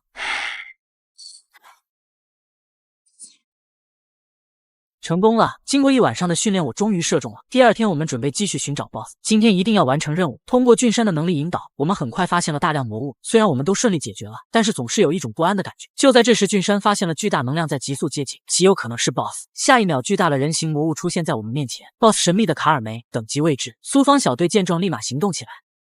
俊山利用金色丝线将 BOSS 的手臂捆绑在一起。副队长对着魔物的脚踝处就是用力一刀，其他队员立刻对 BOSS 使出各自的技能。然而轰击过后 ，BOSS 却毫发无损。就在这时，我高高跃起，用出了最强融合技能扬言断。让我难以置信的是，我的攻击丝毫不起作用，而等待我的是 BOSS 的猛烈一击。满满，你没事吧？太强了，刚刚差点就挂了。你们都退下，交给我。众人见状纷纷后撤。俊山连忙将我脱离战场，只剩下苏方队长一个人站在 BOSS 面前。BOSS 见状举起2把长刀，对着苏方队长就是狠狠挥去。烟尘过后，苏方队长毫发无损，冷冷地看着对方：“你的确很强，可惜你遇到了我。”一击过后 ，BOSS 手臂全被砍断。如果可以，我希望队员们能积累打倒像你这样 BOSS 的经验。苏方队员见状立即展开屏障，只见苏方队长摆好架势，火光冲天，瞬间周围全被火焰覆盖，赤光闪。BOSS 就这样被斩成了2半，我震惊地看着这一幕，这个跟我的火焰剑好像，但是比我的强多了。这就是苏方队长的实力吗？很遗憾，到此为止了。苏方队长随即补上一剑，将 BOSS 拦腰斩断。我们见状欢呼不已，我们胜利了。然而下一秒，队长的手臂消失了，这是怎么回事？转身看向身后，只见屏障处出现了一个圆形的洞口，而俊山胸前也出现同样大小的洞口。我惊恐地看着这一幕，其他队员也随即遭受到袭击，纷纷倒下。这到底是怎么回事？我们只是组队打个 boss， 没想到就在即将获胜的时候，居然被人偷袭了。我难以置信的看向自己的身后，俊山胸口前出现了血淋淋的血洞，我连忙上前想要搀扶即将摔倒的他，然而他见状，混蛋，用最后的力气推开我，下一秒未知的攻击再次将俊山洞穿。怎么会这样？该死！我的雷达上居然没有反应。队长，敌人的位置在。身体慢慢变得冰冷，鲜血染红了雪地。然而攻击并没有停止，再次有队友倒下。混蛋，怎么会这样？全员压低身体，找个障碍物躲避。这是技能攻击。看着地上冰冷的尸体，苏方队长脸上阴沉，断手的疼痛比起现在的愤怒又算得了什么？即使是屏障也无法防御住攻击，这应该是对方技能特性，只要触碰到的东西就会被消除，而且根据攻击方向，应该就在这个位置。然而就在苏方队长离开后，刚刚被拦腰斩断的 BOSS 居然再生了。副队长见状，连忙振作起来，这家伙就交给我们了。然而此刻的我毫无战意地跪在地上，看着眼前倒地的战友。药师之王瓦兰塔，能请您给大家治疗吗？很抱歉，无论什么技能也不可能复活死去的人，拜托了，肯定还有办法的。李一郎见我如今的状态，已经没办法继续战斗，接下来就交给我吧。下一秒，李一郎就接管了我的身体，气势瞬间发生了变化。苏方队长这边朝着一个方向飞奔着，俊山的雷达覆盖范围是半径3公里范围，也就是说敌人在这个范围之外，而我的手臂和俊山的身体是被一次攻击同时击中的，也就是说敌人在同一条直线上。全力加速下，很快就在不远处发现了目标。只见一名神秘男子双手插兜，静静地站在雪地中。苏方队长见到男子就想到刚刚战死的队友，我绝对不会放过你。时光是一道巨大的火焰直冲神秘男子，一个黑色圆球浮现，斩击和火焰居然都被消除了。没想到你能这么快发现我，不愧是最强的苏方队长。如果你的左臂还在的话，那可真的会很麻烦。现在就给我去死吧！说完，男子身边的黑暗球全部爆发，直冲而去。苏方队长重重向上挥起长剑，将地上的雪高高扬起，遮住了男子的视野。下一秒出现在男子的背后，该死的应该是你。随即对着男子的脖子狠狠地挥下，然而没想到的是，自己的长剑不仅断裂，身体还被对方的黑暗球击中。苏方队长，你也太大意了，看来我离成功又近了一波。该死！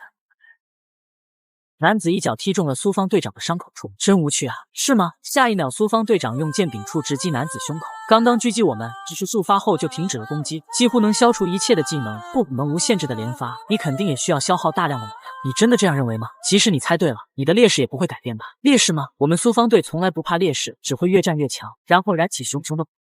原本还不断渗血的手臂被灼烧止住了血。赤龙神帝，飞檐绝佳！不要小瞧我们苏方队，你这是打算燃烧生命吗？那就来吧。败了，彻底失败了。看到地上惨死的同伴，我彻底绝望了，完全失去了战意。接下来就拜托大家了。随即印记空间中的先祖们就接管了我的身体，我周身的气息突然就发生了变化。副队长惊讶地看着我，似乎感觉到了什么。我缓缓站立起来，静静地看着远方，敌人在那边。随即飞速地从副队长身边飞过，只是一击就将刚刚复活的 BOSS 一脚踢碎。此刻正是艾拉森控制我的身体。副队长难以置信地看着我，而我却没有理会他们，径直地朝远方走去。竟敢欺负我们的徒弟，接下来就交给我们吧。另一边战场双方正在激战，只见苏方队长举起手中长剑，对着男子使出之剑气飞闪剑，数道火焰剑气飞出，男子急忙蹲下躲避，剑气从头顶飞过，直击后方的石柱上。不好办了，即使我用黑暗球将火焰斩击消除，但是穿过的瞬间，火焰斩击还是会重新补全，那么只能拼命了。下一刻，男子甩出2个黑暗球，苏方队长连忙侧身躲避，同时向前逼近。逮住你了！只见苏方队长抓住破绽，一刀砍断了男子的右手。看来形势逆转了。男子不痛反笑，是吗？你是这样认为的吗？说着就对着苏方队长的伤口处就是重重一踢，鲜血喷溅，伤口的疼痛让苏方队长差点晕倒过去。你现在还觉得形势逆转了吗？别忘了你肚子上还有个血洞，牺牲一只手臂对我的战力影响不大，所以是你失败了。其实你的失败从一开始就注定了。说着，男子从背包中掏出了一本预言之书，从这本书中就能证明。苏方队长看到预言之书惊讶无比，你怎么会有预言之书？如果说阻止并破坏预言的发生是预言的防御组织，那么就会有想要预言成为现实的实现组织。我是末世录12使徒之一，昏暗的陶尔夫，来亲自实现这次预言的实现者。苏方队长很不解，为什么要实现毁灭的预言？说了你就会放弃这次预言吗？就在陶尔夫放松警惕之时，苏方队长猛然暴起，对着陶尔夫挥出致命剑，剑光从陶尔夫脖颈处划过，鲜血不断喷出。苏方队长看着对方道：看来是我获胜了。然而受到致命伤的陶尔夫却笑了起来，就玩到这里吧。说着就从口袋里掏出一个瓶子，在打开瓶子的瞬间，一道巨大的光芒将陶尔夫包裹在其中，耀眼的金光让苏方队长看不清到底发生了什么。然而就在下一刻，一个拳头迎面袭来，苏方队长被狠狠地击飞出去。陶尔夫居然完好无损地站在面前，就连被斩断烧毁的右臂也恢复，怎么可能？这是遗物，塔时代遗留下来的重要宝藏，要不是对手是你，我还真舍不得使用。陶尔夫再次向着苏方队长袭来，苏方队长连忙飞剑抵挡，然而对于完全恢复的陶尔夫来说，这种攻击完全没用，对着苏方队长疯狂挥拳，到此结束吧。说着就再次对着伤口处重重踢去。苏方队长彻底失去反抗能力，躺倒在雪地上。终于倒下了吗？不行，我还不能倒下，还没有，我还没有。我的家人，我那可爱的弟弟，还有那自恋的千元，还有我最好的同伴们，我还有很多重要的事情还没完成，还有我那最可爱的馒头，我想要交给最爱的弟弟，我还不能倒下。苏方队长咬牙用尽最后的力量，燃起生命之火。然而下一秒只剩下绝望，握剑的右手被黑暗球洞穿，连最后反抗的机会都没有了。再见了，苏方队长。就在陶尔夫即将发动攻击时，身后的冰山突然被劈成两半，无数的冰块碎石乱飞，从中走出一个身影。让我们弟子哭泣的人是你吧？就用你的生命来给他道歉吧。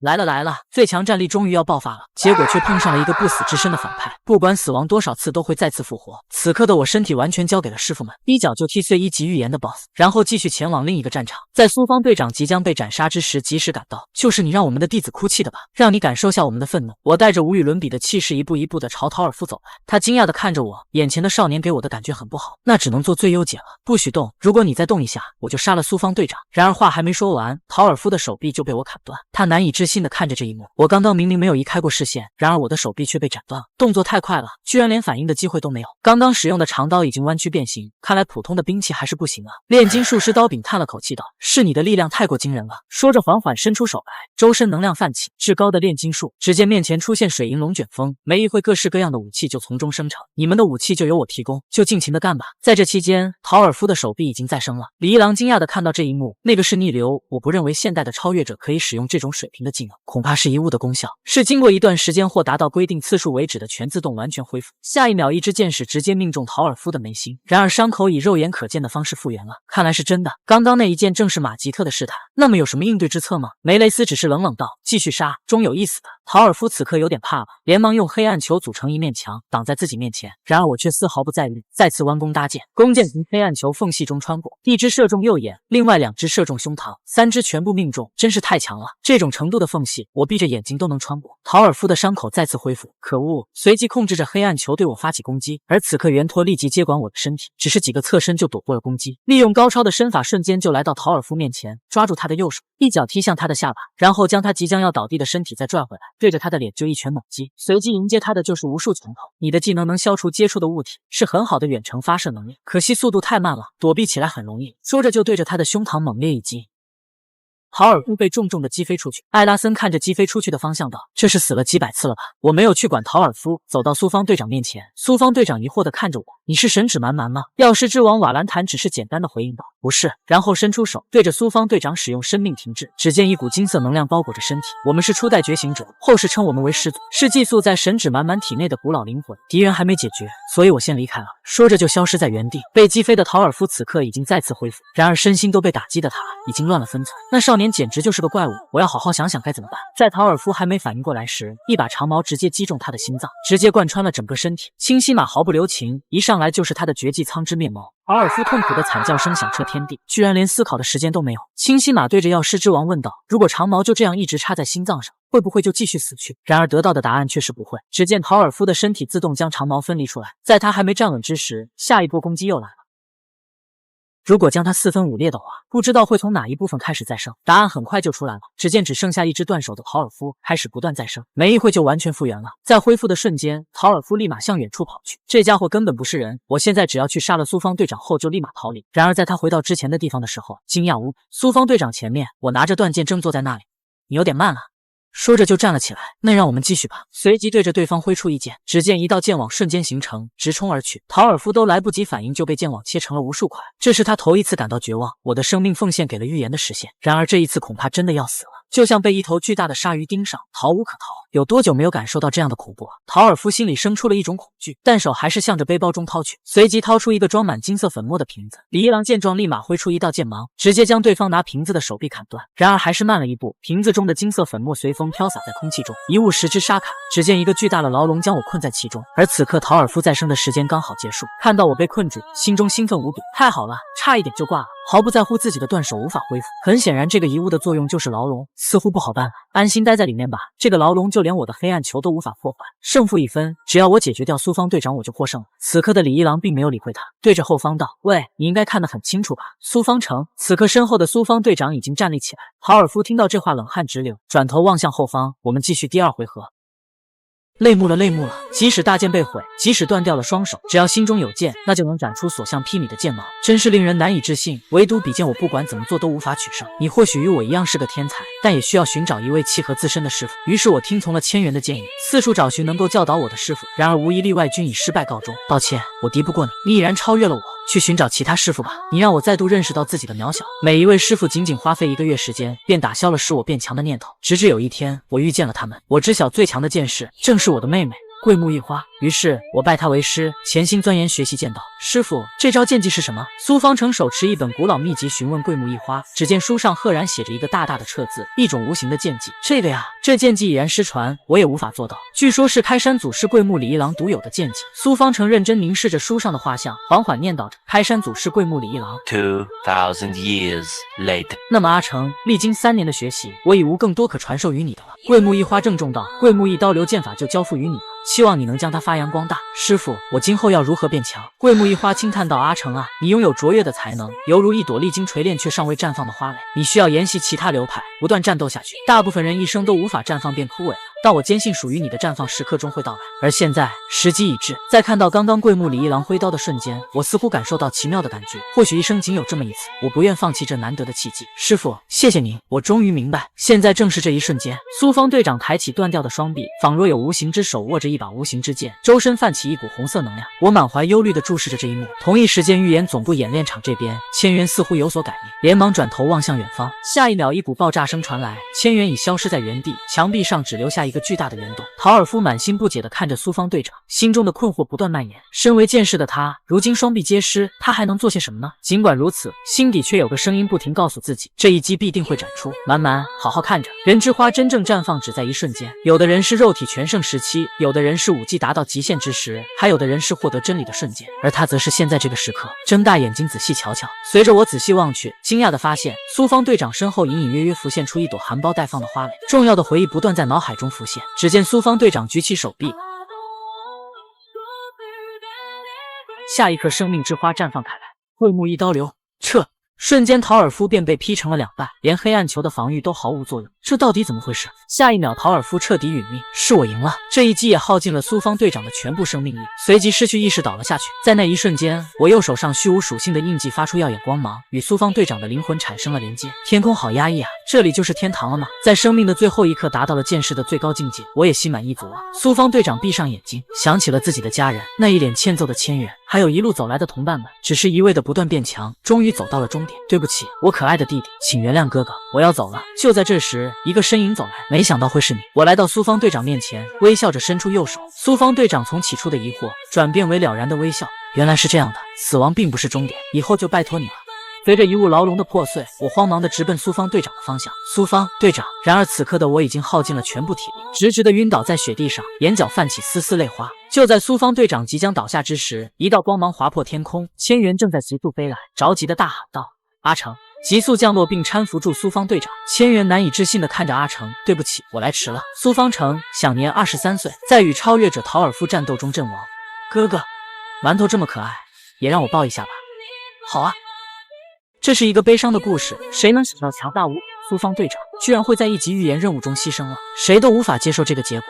在训练场中，苏方成挥剑锻炼着。这时千元走来，阿成，你怎么当上队长了？苏方成转头看向千元，疑惑道：怎么了吗？在预言组织中，你的实力仅次于我，认真起来所向披靡，一个人战斗不好吗？我可不像你走得那么远，比任何人都耀眼，却只是孤独一人。我喜欢和同伴们在一起日子，在他们受伤跌倒之时给予帮助与心灵上的寄托，让他们每次见到我都能感受到我们的相遇就是一种幸福。队长，葛城通过剑术考试2级了，这样我也能派上用场了，太高兴了，所以立马过来向队长报告。从回忆中拉回到现实，在来到这里之前，我看到你的同伴了，剩下2个人存活，安息吧，你完成了作为队长的责任与义务。此刻的千元早已经泪流满面，昔日的好友在他怀里去世，即使我已经是最强超越者，那又能怎样呢？我什么也拯救不了。此刻的我还静静地躺在雪地上，而印记空间中，我一个人静跪在角落，先辈们远远地看着，没有人上前打扰。这里变得好黑啊，那是当然的，因为这里的空间反映的正是我此刻的心情。所有的始祖都很理解，解，不管是伙伴、家人还是弟子的离去，他们都曾经经历过，亲眼看着并肩作战的战友一个个逝去，自己的心都碎了。大部分遇到这样的事情，都会将自己的心深深的埋藏起来，从此一蹶不振。我是不是不应该战斗？我的心脏痛得像是快撕裂开来。如果从一开始就交给你们，也许谁也不会死。作为容器的我，是不是只要锻炼身体，一切战斗交给你们发挥就好？但是在那个时候，和苏方队长握手的瞬间，我的手热得像火焰一般。我抬头望向李一郎，被托付了呀！这份寄托我不想被辜负。此刻我从来没有过的坚定，我总有一天要超越始祖们，绝对不是在开玩笑。哪怕是快上1分1秒，我也要快速超过大家。下一刻，漆黑的夜空中泛起金色的光芒，随之光芒不断放大，一道巨大的能量从中倾泻而下，笼罩住了众人。瞬间，四周的黑暗被驱散开来。我举起拳头发誓道：以后再也不会有人死了。愤怒了，愤怒了！现代最强超越者的怒火，有谁能够承受得住？一架直升飞机从远方飞来，而下方正是脸色阴沉的我。这次的预言虽然被成功阻止，但是代价太大。此刻，所有人脸上都写满了悲伤，最后只说了句：我们回家吧。千元先生，全员已收容完毕，随时可以出发。而此刻的千元脸色阴沉，拿起手机说道：你们先走吧，我一个人回去。就这样，千元打着电话目送着直升机的离去。玉门阿成阵亡了，而敌人是末世录12使徒，尽快调查出他们的位置，我要大开杀戒。随后千元就消失了，甚至连苏方队长的葬礼也没有出席。这次的事件对所有人都留下了深深的伤痕，尤其是队长的弟弟苏方真治，在哥哥的遗像面前一动不动，直至很久很久很久。葬礼过后的第2天，我遇见了他，只见他的脸上早已经失去了曾经的稚嫩，好像一下子长大了，手里拿着哥哥的遗物，还有一只可爱的肥猫。你就是馒头吧？跟队长说的一样可爱。真治听到我的话有点惊讶，连你都知道哥哥养的猫吗？为何只有我什么都不知道？直到刚才我去收拾哥哥房间的时候，才知道哥哥有多疼爱这只猫，看到他喜欢的书、喜欢穿的衣服、喜欢吃的食物，还有他的便利贴。俊山，锁敌范围扩大了，真是太好了。香追，视野比以前开阔，总结工作做得不错。葛城，剑术2级考试成功通过。为何我从来都不了解自己的哥哥？直到我看到了他的日记，打开的第一页写着日记托付给真治，里面的内容也没什么特别的，基本都是关于每天的锻炼和任务。然而每一篇日记的末尾都会加上一句话：1月12日，天气突然变冷了，真治有多穿点衣服保暖了。3月7日，真治通过了资格考试，真是太开心了。5月17日，真治好像跟同伴们相处的不怎么好，该怎么办呢？7月19日，香追带来的西瓜好好吃，真想让真治也尝尝。10月1日，真治被派遣执行一个等级不明的侦查任务，相信你一定会平安归来的。依稀间似乎看到了哥哥坐在那里，书写着对弟弟满满的爱，然而如今却空荡荡的。看到这里，真治痛苦的趴在地上，眼泪难以抑制的往外流出。为什么写的都是我？对不起，哥哥。看着真治的样子，我安慰道：队长他曾经跟我说过，我很担心我的弟弟，如果可以的话，我希望我们能像跟馒头一样相处。此刻的真治心中发生了悄然变化，我要变强，变得更强，让在天国的哥哥看着，你不用再为我担心了。于是我和真治来到了长野县王玉月山中，找到了苏方队长的师傅桂木一花。在得知徒弟已经阵亡的消息时，桂木一花的心猛地一沉，世界仿佛静止了，然而下一秒又恢复冷漠的表情。我们希望能在您这里锻炼一段时间。就这样我们留了下来。1个月过后，熟悉的2个身影在一条河流中不断交战着。真治突然一个近身，举起拳头对着我猛烈打来，然而都被我一一挡下。我抓住机会，右手不断蓄势，惯击重重的轰击向真治。没想到的是，这一击居然被正面接下了。只有身后泛起的巨大水花才明白这一击的威力。在我还在惊讶于他的防御之强的时候，真治的攻击就来了。幸好我反应及时，左手抓住对方袭来的右手，借力打力，直接将真治甩飞到空中。然而真治却能在身体失去平衡的时候，顺势用脚向我猛烈踢来。还好我留了一手，抬起右手挡住了攻击。随后我连忙跳起，准备踢出最后一脚。这时一道吼声传来：就到这里！听到声音的我们立马分开，直直的站立在水面，准备接受女人的点评。你们2个人都很好，尤其是真治，1个月前来这里的时候，完全不是蛮蛮的对手，如今打得有来有回，进步很大。说着就用脚挑起地上的木棍。接下来就让你们见识下我的剑道。随之周身升起一股惊人的气势，缓缓地向我们走来。那我们开始吧。深夜，在英国的伦敦，一名男子悠闲地漫步在大街上，在走进一个小胡同时停住了脚步。这位正是12使徒之一的卡托。卡托看着挡在自己面前的人，开口道：终于还是找来了吗？千元先生。此刻的千元早已失去了往日的微笑，说出你其他同伴的位置和你们组织的根据地，多说一句废话就是死。然而对方似乎并不打算配合，拿出武器准备迎战。我很想试试我和你的差距有多大。千元见状，周围能量泛起，那就死吧。原本安静整洁的小巷子忽然发出蓝色的光芒，伴随着血液的喷溅，随后只剩下千元一人走了出来，来到接应的成员面前。目标已经解决，这个是他身上的预言之书。说完就转身离开了。已经收集到5本末世录的预言之书，还剩下7人。不要啊！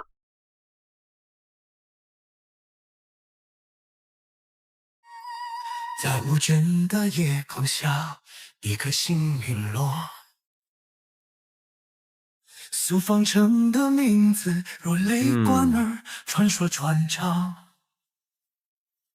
他是队伍出发吧的灵魂，金光如啥也不是闪电，在冰封的雪山留下勇敢的足迹。混浊的号角响起，他的剑从不颤抖。小意思。为了信念，为了同伴，他勇往直前。他的眼中闪烁着坚定的光芒。拿命来！在生死边缘，他选择守护希望。苏方队长，你是我们的英雄。用生命诠释什么是真正的勇气。你的剑斩断了黑暗，你的心燃烧着火焰，永不熄灭。你曾说你是孤独的旅人，但你的心却充满了对家的思念。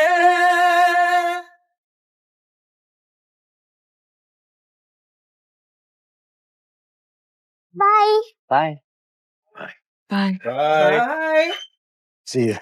See ya. See you guys later. Wow. 来了来了，我们的主角团队终于要创建属于自己的队伍。预言组织最高机密会议场所永焕安，一名老奶奶正在研磨茶叶，此人正是预言组织的统帅。而此刻，两位统帅助理东云天元和北守志奇突然来访，拿出了5本书籍摆在统帅面前。这是千元从《末世录12使徒》中斩获的5本预言之书，这应该原本是一册，被分成了12本，剩下7本千元正在追拿。统帅拿起其中的1本翻阅着，消灭敌人和收集预言之书本身没有问题，但是他这种行为过于独断专行了。苏方城的死对他打击这么大吗？北守询问道。那我们该如何处理？统帅微微笑道，先不用管他，现在不管说什么他也不会听的。回来后让那孩子到我这里喝喝茶。如今苏方队已经解散了，那这队伍的空缺还需要填补。北守、东云，你们2个负责创立新的队伍。此刻帝都内的某地，一支庞大的魔物大军在此集合。2级预言背叛者们 BOSS 小知否神团，而应对此次预言的队伍是响队。然而响队成员对付这些魔物似乎有点吃力，数量太多了，而且一个比一个难对付。此刻的队长响刹那也认识到了这个问题，对着身后的临时队员道：“交给你，能行吗？”而此人正是很久不见的小宫西。没问题，让我来试试。只见他轻轻抬起手来，至高的炼金术，随即面前出现了一个巨大的水银球。其他成员见状纷纷后退，下一秒全部的水银冲向魔物大军。随着小宫西再次发动能力气化，刚刚的水银瞬间化成气体弥漫在大军之中。然而还没有结束，接下来是液化，大量的水银又重新变成了液体，包裹住魔物的脑袋，然后是炽热化，随即魔物被滚烫的水银折磨得发出痛苦的嘶吼。到此为止了，最后是固化，刚刚还是流动的液体瞬间凝固，然后不断生长出尖刺，就在一瞬间，就像连锁反应一般，所有的魔物就被水银刺穿。响队成员惊讶地看着这一幕，新来的小姑娘有点强啊，我们小队正缺一个群体攻击的技能。小宫西帅气地打了个响指，魔物瞬间就化成了灰烬。队长，我完工了。响队长佩服地走来，小西果然厉害啊，只是做个临时成员也太可惜了。研修结束后，要不要考虑来我的队伍？小宫西开心道，能得到您的认可，真是太好了。听到这，众人都以为队伍就要多出一位可爱的伙伴，响队也傻傻的笑了。小西要是来了，我以后就能躺平了。然而在小宫西离开后，就立马拨打了蛮蛮的电话。如今我已经完全掌握了物质的3种状态，赶紧把下一课程的资料发过来。此时的我一边吃着早餐边和馒头玩耍。印记空间中的刀柄得知小宫西已经掌握了物质的3态，顺利完成了第7课程，感到甚是欣慰。于是开心的从身后的书架中取出第8课程的书籍。在等待之时，小宫西突然询问道：“彦太郎那家伙完成到第几课程了？”同一时间，在奇遇线索则是正发生着一个2级预言。食土神兽 BOSS 贪吃的是生人面形，然而下一秒就被人一脚踢碎。第8课程闪光之踢成功掌握。等力小队的队长红一郎见 BOSS 被解决，兴奋道：“干得漂亮，彦太郎，请务必要加入我们的队伍。”彦太郎似乎在这个队伍了很受欢迎，然而在选择哪个队伍的问题上，似乎有点犹豫。而小宫西在拿到第8课程的资料时兴奋无比：“我才不会输给你们任何一个人。对了，你知道创建全新小队的传闻吗？为了填补苏方队的空缺，需要重新创建一支队伍，而队长是从取得显著成果的队员中选拔。”听到这我还不以为意，这跟我好像没什么关系吧。然而小宫西的下一句话让我惊掉了下来：“我之前跟彦太郎商量过了，我们一起创建一个队伍吧。”队名就叫神指队，队长神指满满。神指队，你在胡说些什么呀？你敢相信最强的预言组织居然混入了一个奸细，试图成为新的队长？而作为新人的我，也被要求去参加队长选拔，创建一个属于自己的队伍。听到小宫西的提议，我惊掉了下巴。为什么要找我？我加入预言组织有一个夙愿，消除这个世界上的所有的预言灾难，绝不允许曾经的悲剧再次发生。所以我必须加入这样一个队伍。队长不仅需要强大的实力，更需要能让队员一起变强的能力。我觉得你有这个资格，不然我就要被想队长拐跑了。你好好考虑考虑。挂掉电话后，我独自一人坐在石头上思考着。真治，那家伙在干嘛？桂木一花好奇地看了过来。真治见状将事情说了一遍了。队长吗？能成为这样的人不是很好吗？我也觉得那家伙挺合适的。然而我此刻还是十分纠结，不知道自己是否有这个能力成为队长。而印记空间中的梅雷斯见状转头看向后方，没有人出来给个建议吗？然而一群武夫对这样的事情也是一片空白。你看我们该怎么说呢？为了练武我已经竭尽全力了，担任领袖这种事我也没有经验，完全不知道该怎么办。梅雷斯一脸无奈，叹气道：真是一群不靠谱的师傅们。话说你也是吧？这时李一郎转头对着身后大喊道：这不应该是你的强项吗？快出来给小鬼提个建议。军师李恩。只见身后走来一名手拿竹简和毛笔的师祖。现在还不行，时机未到，而且现场已经有一位很适合的人选。回到外面，在我还在纠结的时候，生木棍直直地插进了我身下的巨石中。原来是桂木一花看到我这样，眼神中流露出一种担忧，缓缓地向我走来。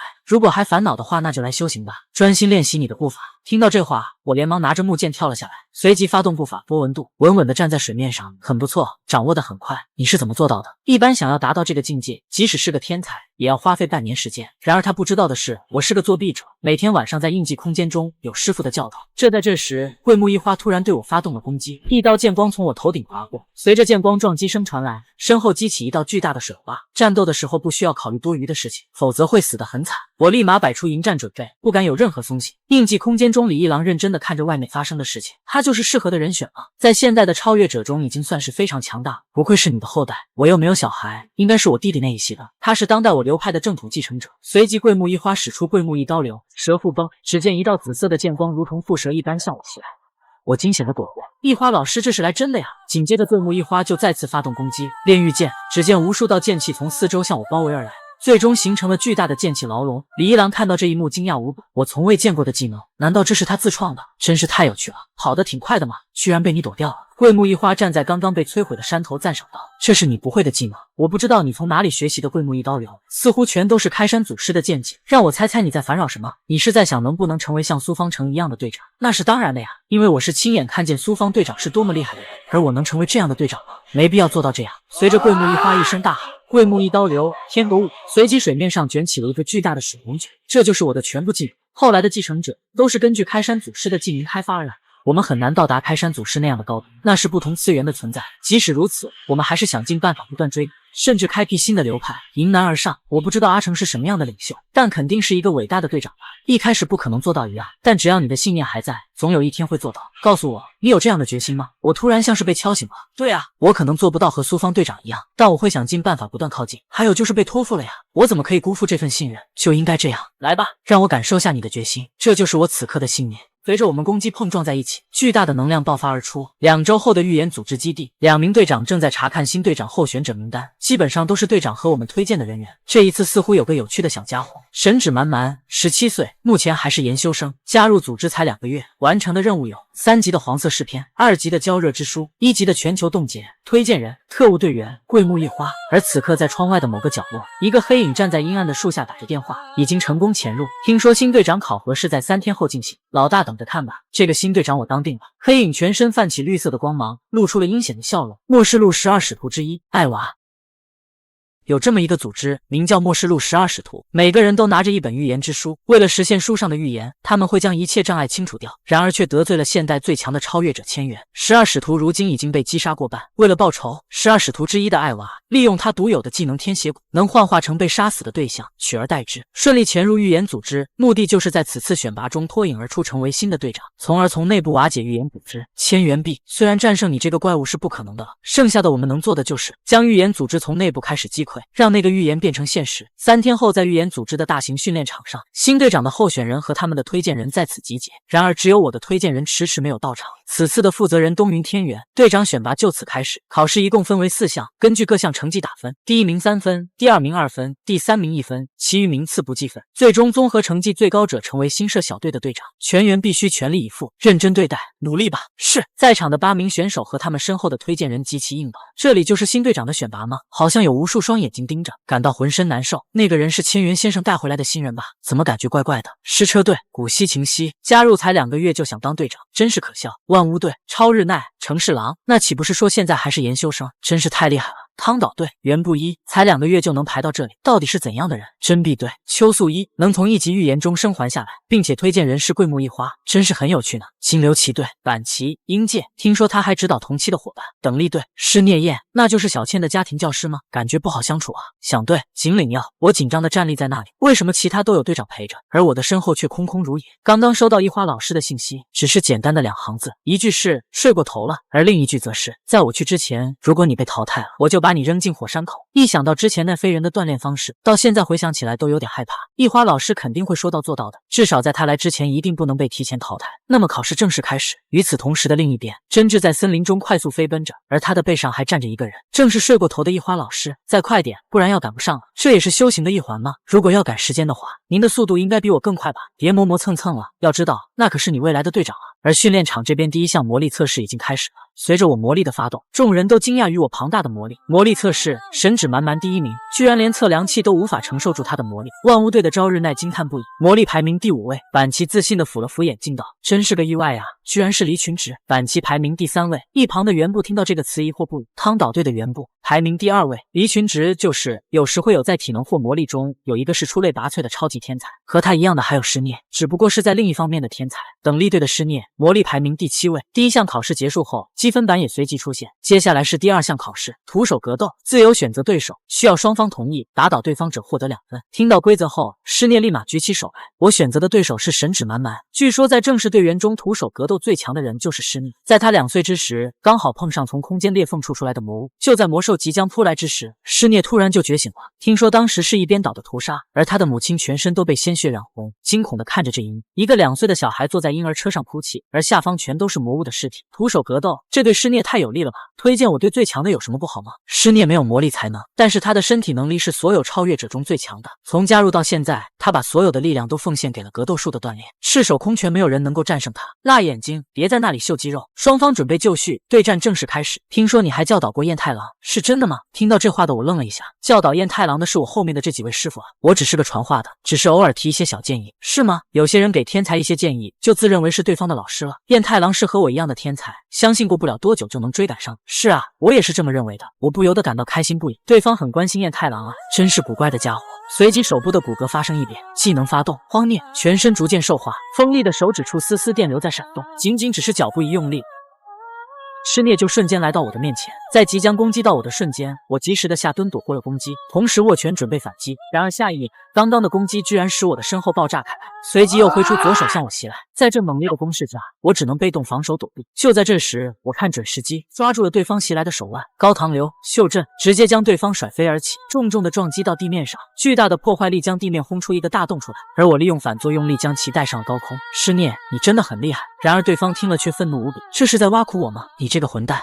来了来了，终于有人发现了敌人的存在。然而队长选拔已经开始，在第1项魔力测试中，我压倒性的取得了胜利，目前积分板排名第1。而第2项徒手格斗，我的对手是号称格斗最强的施聂燕，然而却被我抓住破绽，重重的给对方来上一击。此刻的施聂愤怒无比，用力甩开我的手，借着惯性重新回到了地面，接着就立马向我冲来。你这该死的混蛋！而此刻的我看着气势汹汹的对方，心想，看来光靠蛮力是无法打倒施聂军的，那就只能试试这样了。下一秒踩中身后的一块巨石，立马使出艾拉森的光之簇，瞬间就踢向了施聂的腹部。然而还未结束，在落地的瞬间使出圆拓的灌击，再次对着同一部位踢去，挥劲脚，施聂被这一套连击下击飞了出去。击飞出去的同时，嘴巴和眼睛都发出了耀眼的光芒，直至落地，施聂也没能做出任何反抗，彻底昏厥了过去。第1场徒手格斗，胜者神指满满，加2分。印记空间中的师傅感到很欣慰，小子技能使用的不错。众人看到这一幕都难以置信，没想到满满这家伙不仅魔力超群，连身体能力上也碾压施聂。原以为这个新人只要放任不管就会自动动淘汰掉。如今却是我们最大的劲敌，也许会妨碍到我的计划。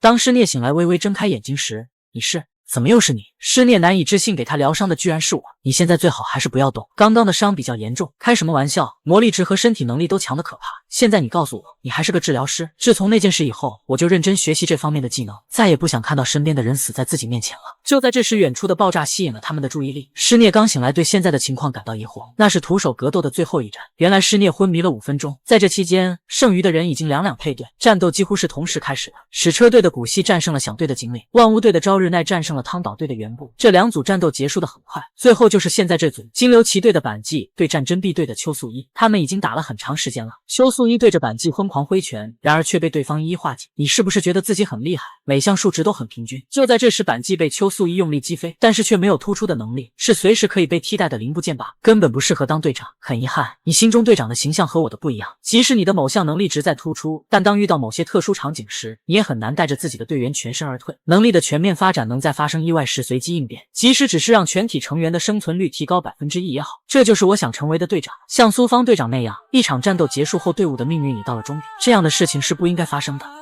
腹黑眼镜，你竟敢在这里乱嚼舌根！蛮蛮，别听他乱讲。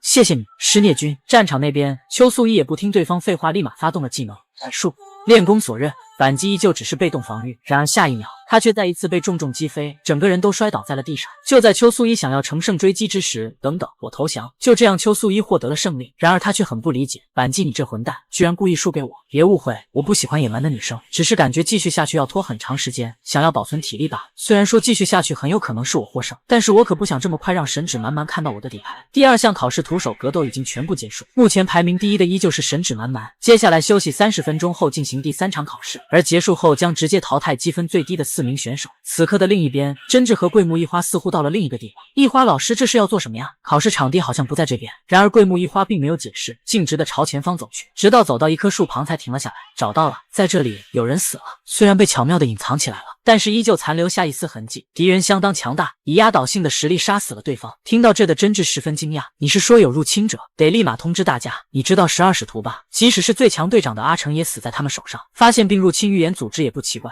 走吧，真治，现在就去考场。被杀的很可能是队长级别的，我没有接到任何死亡报告，而大概率对方就混在那群考生之中。想要报仇的人不仅仅只有千元。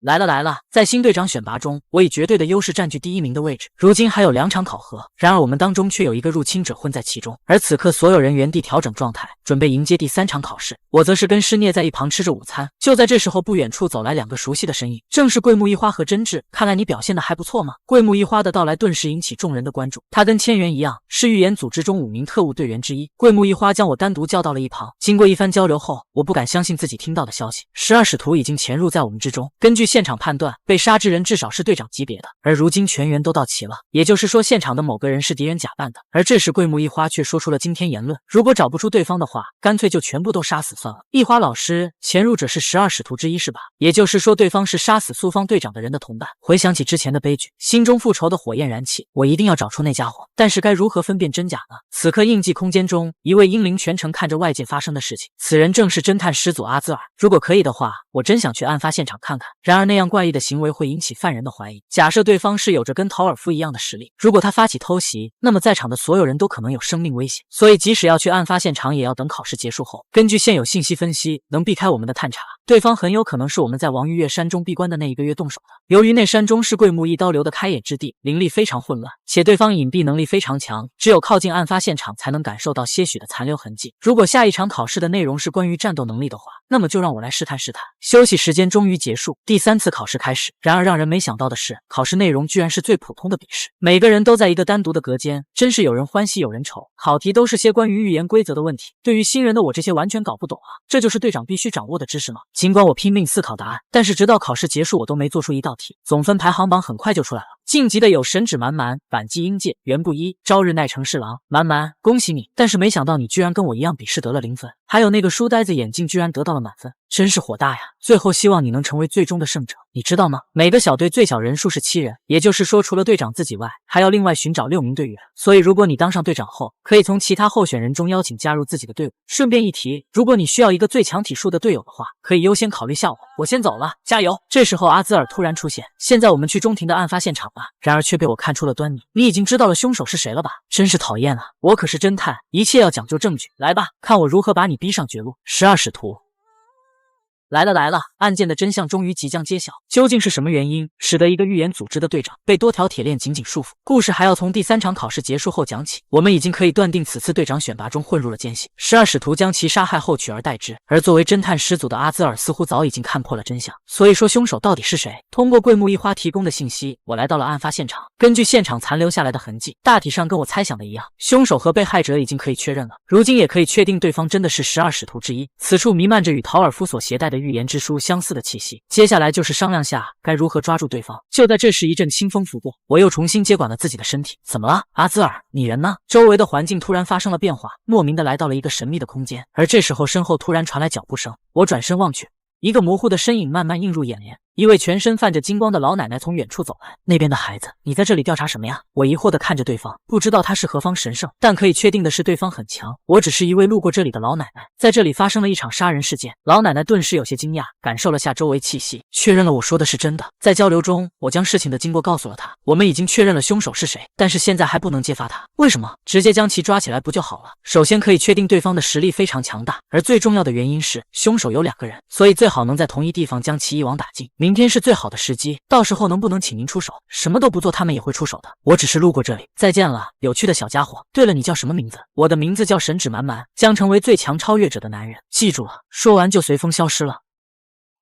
当我回过神来之时，依旧在之前的案发现场，只是身边空无一人，就像刚刚只是做了一场梦一样。永焕安这边，老奶奶正在悠闲的散步。刚刚我感受到一股奇怪的气息，走近一看，没想到有意外的收获。那只眼睛，我应该不会看错。第二天早上，我独自一人准备去参加最后一场考核。这时师聂从身后跑了上来，满满，我跟你一起去吧。听说今天的考试着重测试队长的能力，本季猜测考试内容将是作战计划或者团队指挥。不管怎样，我绝对支持你，感谢你的支持。话说回来，你是故意输掉比赛的吧？被你发现了，因为计划有变，比起自己做队长，如今我更希望成为新小队的成员，这样更能随心所欲发挥自己的力量，是能更方便的将有前途的队员全部杀掉吗？顿时周围的气息发生了变化，躲藏在附近的桂木一花随时准备出手。还好吧，必要情况下我可以再杀死一个人，将其替换。我的能力是可以收集到宿主大脑中的信息，真没想到居然会有笔试这一关，早知道就应该夺舍扳机那混蛋了。说着说着就来到了目的地，就在这时，埋伏在周围的队长将其包围。只见等力队的队长红一郎被无数锁链捆绑在草地上，甚至嘴巴也被堵死，不让他开口说任何话。你好啊，12使徒，能请你做个自我介绍吗？我的名字叫艾娃，排名第9位，技能如你所见，可以代替被杀的人，然后寄生在对方的大脑里。除了意料之外的神指满满，这个身体是你们考生当中最强的，目的当然是从内部瓦解预言组织。既然暴露了，那就让我们大战一场吧。在那之前，我想问个问题，是谁第一个发现我的？从一开始就站在你旁边的那位，没想到是你啊，接二连三的给我惊喜。那就让我们开始吧。一股恐怖的气息从师聂身体里爆发而出，你小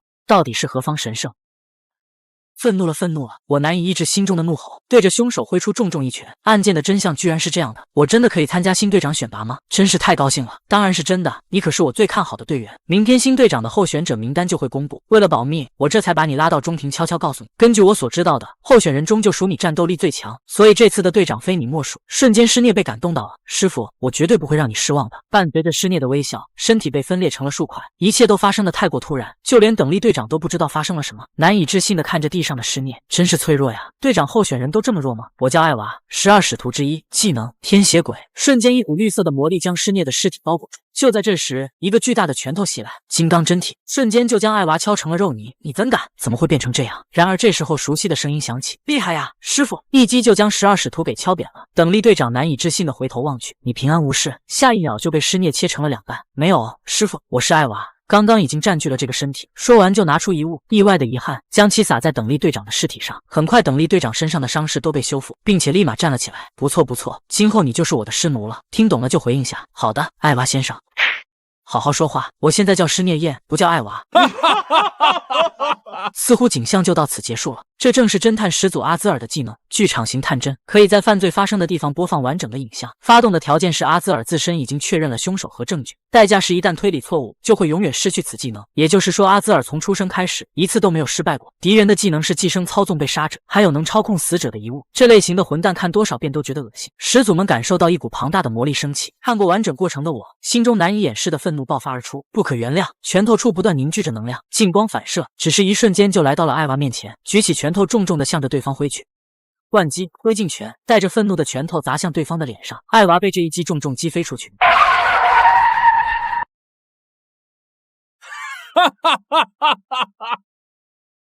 神指蛮蛮，真没想到你会这么优秀，我们应该也算是互相交过拳的朋友吧？这样对待我是不是有点过分？蛮蛮，你的磨练还不够啊，还需要好好锻炼才行。这种攻击怎么可能对我有效果？果然还不行吗？以现在的力量不足以对抗他，虽然很不甘心，但是为了不让自己后悔，接下来打倒你的将不是我，你的愤怒和懊悔就由我来承受吧。真理的魔法师梅雷斯·塞伦提亚看到我的气场突然发生了变化，艾娃似乎也不惊讶，这就是卫星在之前报告里的那种状态吗？来吧，神指蛮蛮！突然天空中出现了一个缺口。艾娃的魔力直接延伸向高空，只见高空中突然出现一个巨大的圆球，密密麻麻的人形傀儡从中落下。我们活着终究只是在消磨时间罢了，就让我们好好的在这时间里尽情的游玩吧。太离谱了！你敢相信绘图转生之术都出现了，这还怎么玩？经过侦探阿兹尔的调查，施聂就是被夺舍的凶手，12使徒排名第9位的艾娃。对手的实力过于强大，即使被我全力一击命中也毫发无伤。为了不让悲剧重演，我果断地将自己的身体交给了始祖梅雷斯。艾娃看见我的气场发生了变化，也开始认真对待起来，瞬间就从空中召唤出密密麻麻的傀儡，让我们好好玩个够吧。而在印记空间中，阿兹尔看到这一幕说道：“这艾娃已经舍弃了原本的肉体，利用遗物操控大量的尸体，这些尸体每一具都拥有跟施聂同等的战力，让我瞧瞧你要用什么来应付他们，有点难办了。看过去有上百个这样的家伙。”一旁的警领要已经吓得脸色惨白，这么多实力都是队长级别的傀儡，我们还怎么打呀？可恶，这是将那些亡魂的尊严进行2次践踏吗？蛮蛮，你变了呀！当然我们始祖也一样，一开始你只是为了自己追求力量，而我们也是为了占有你的身体。你开始沉醉于不断变强的自己，为了变强而变强，我们也一样，沉醉于你的才能。然而品尝了巨大挫折的滋味后，被自己仰望的队长将未来重任托付于你。如今你会为了那些被杀害、被利用的人感到愤怒，我们大家都很喜欢如今的你，让我们开始吧。雷击！下一秒，空中出现无数的闪电，都精准命中正在下落过程中的傀儡，顿时发出耀眼的光芒，将四周全部照亮。我会将他们在着陆前全部消灭。艾娃难以置信地望向天空，只见空中自己召唤的傀儡全被劈中，燃起熊熊火焰，就像一场盛大的烟火炸裂开来。他到底是怎么做到的？经过反复练习，确实可以将射击做到100%命中，但是能做到如此大规模的雷击，而且连看都没看一眼就能全部命中，我从来没听说过谁能做到这一点。我不禁感慨道，即使是用我的身体，也能发挥出这样的实力，那么师傅在全盛时期该有多强啊！而此刻，艾娃看着自言自语的我，开始不耐烦起来，愤怒地冲了过来。弱者被强者玩弄，那不是理所应当的吗？下一秒，一道巨大的闪电落下，艾娃惊险躲了过去。很多人都跟你一样的想法，当初的我们也一样。我想要摧毁突然出现在我们世界中的他，然而异次元的存在是如此的强大，弱小的人类死伤惨重。那时的我发自内心的感到愤怒。如今的你，虽然力量还有所不足，但是却能为了他人挺身而出。千万不要忘了，跟你一样感受的还有我们，你一定能跟我们达到同样的高度。即使面对强大的对手，我们也会助你一臂之力。面对那些让你感到愤怒、悲伤的敌人，尽情的宣泄自己的怒火。让我们一起终结所有的预言吧。下一秒，艾娃就被真理魔法切断了4肢，径直的倒了下去。周围的人都不敢相信我居然会如此之强，就好像跟小时候的千元一样，一个行走的怪物。倒在血泊中的艾娃此刻都难以置信，这是为什么？我缓缓的走向他，此刻你感受到我们之间的力量差距了吧？我有一些问题想问你放心，我们中擅长审问的人有很多，所以你还是趁早交代。然而艾娃似乎还不打算放弃，幸好来之前听从了老大的忠告，我给自己加了一道保险。下一秒，一副漆黑的棺材从土里冒出，你知道吗？数百年前将塔都破坏掉的始祖之一，能用一根树枝杀穿千军万马的剑客。这时棺材被打开，露出里面的尸体，竟然是桂木里一郎。顿时让众人都吓了一跳，这不是我的尸体吗？还没等众人反应过来，梅雷斯就立马使用雷击轰击而去。看来这尸体是真的，雷击被斩灭了。此刻艾娃已经转移到李一郎的尸体上，同时爆发出强大的魔力。这具身体简直太棒了，我不敢相信的看着这一幕，这股威压居然比当初千元先生的还要强大。只见艾娃打了个响指，随即周围的土地就冒出无数手臂。第二批傀儡军团再次出现。正当我着急的时候，后方突然爆发出巨大的响声。艾娃疑惑的回头望去，不知何时同伴们全部都赶到了。蛮蛮，别忘了，你不是一个人在战斗，这些就交给我们吧。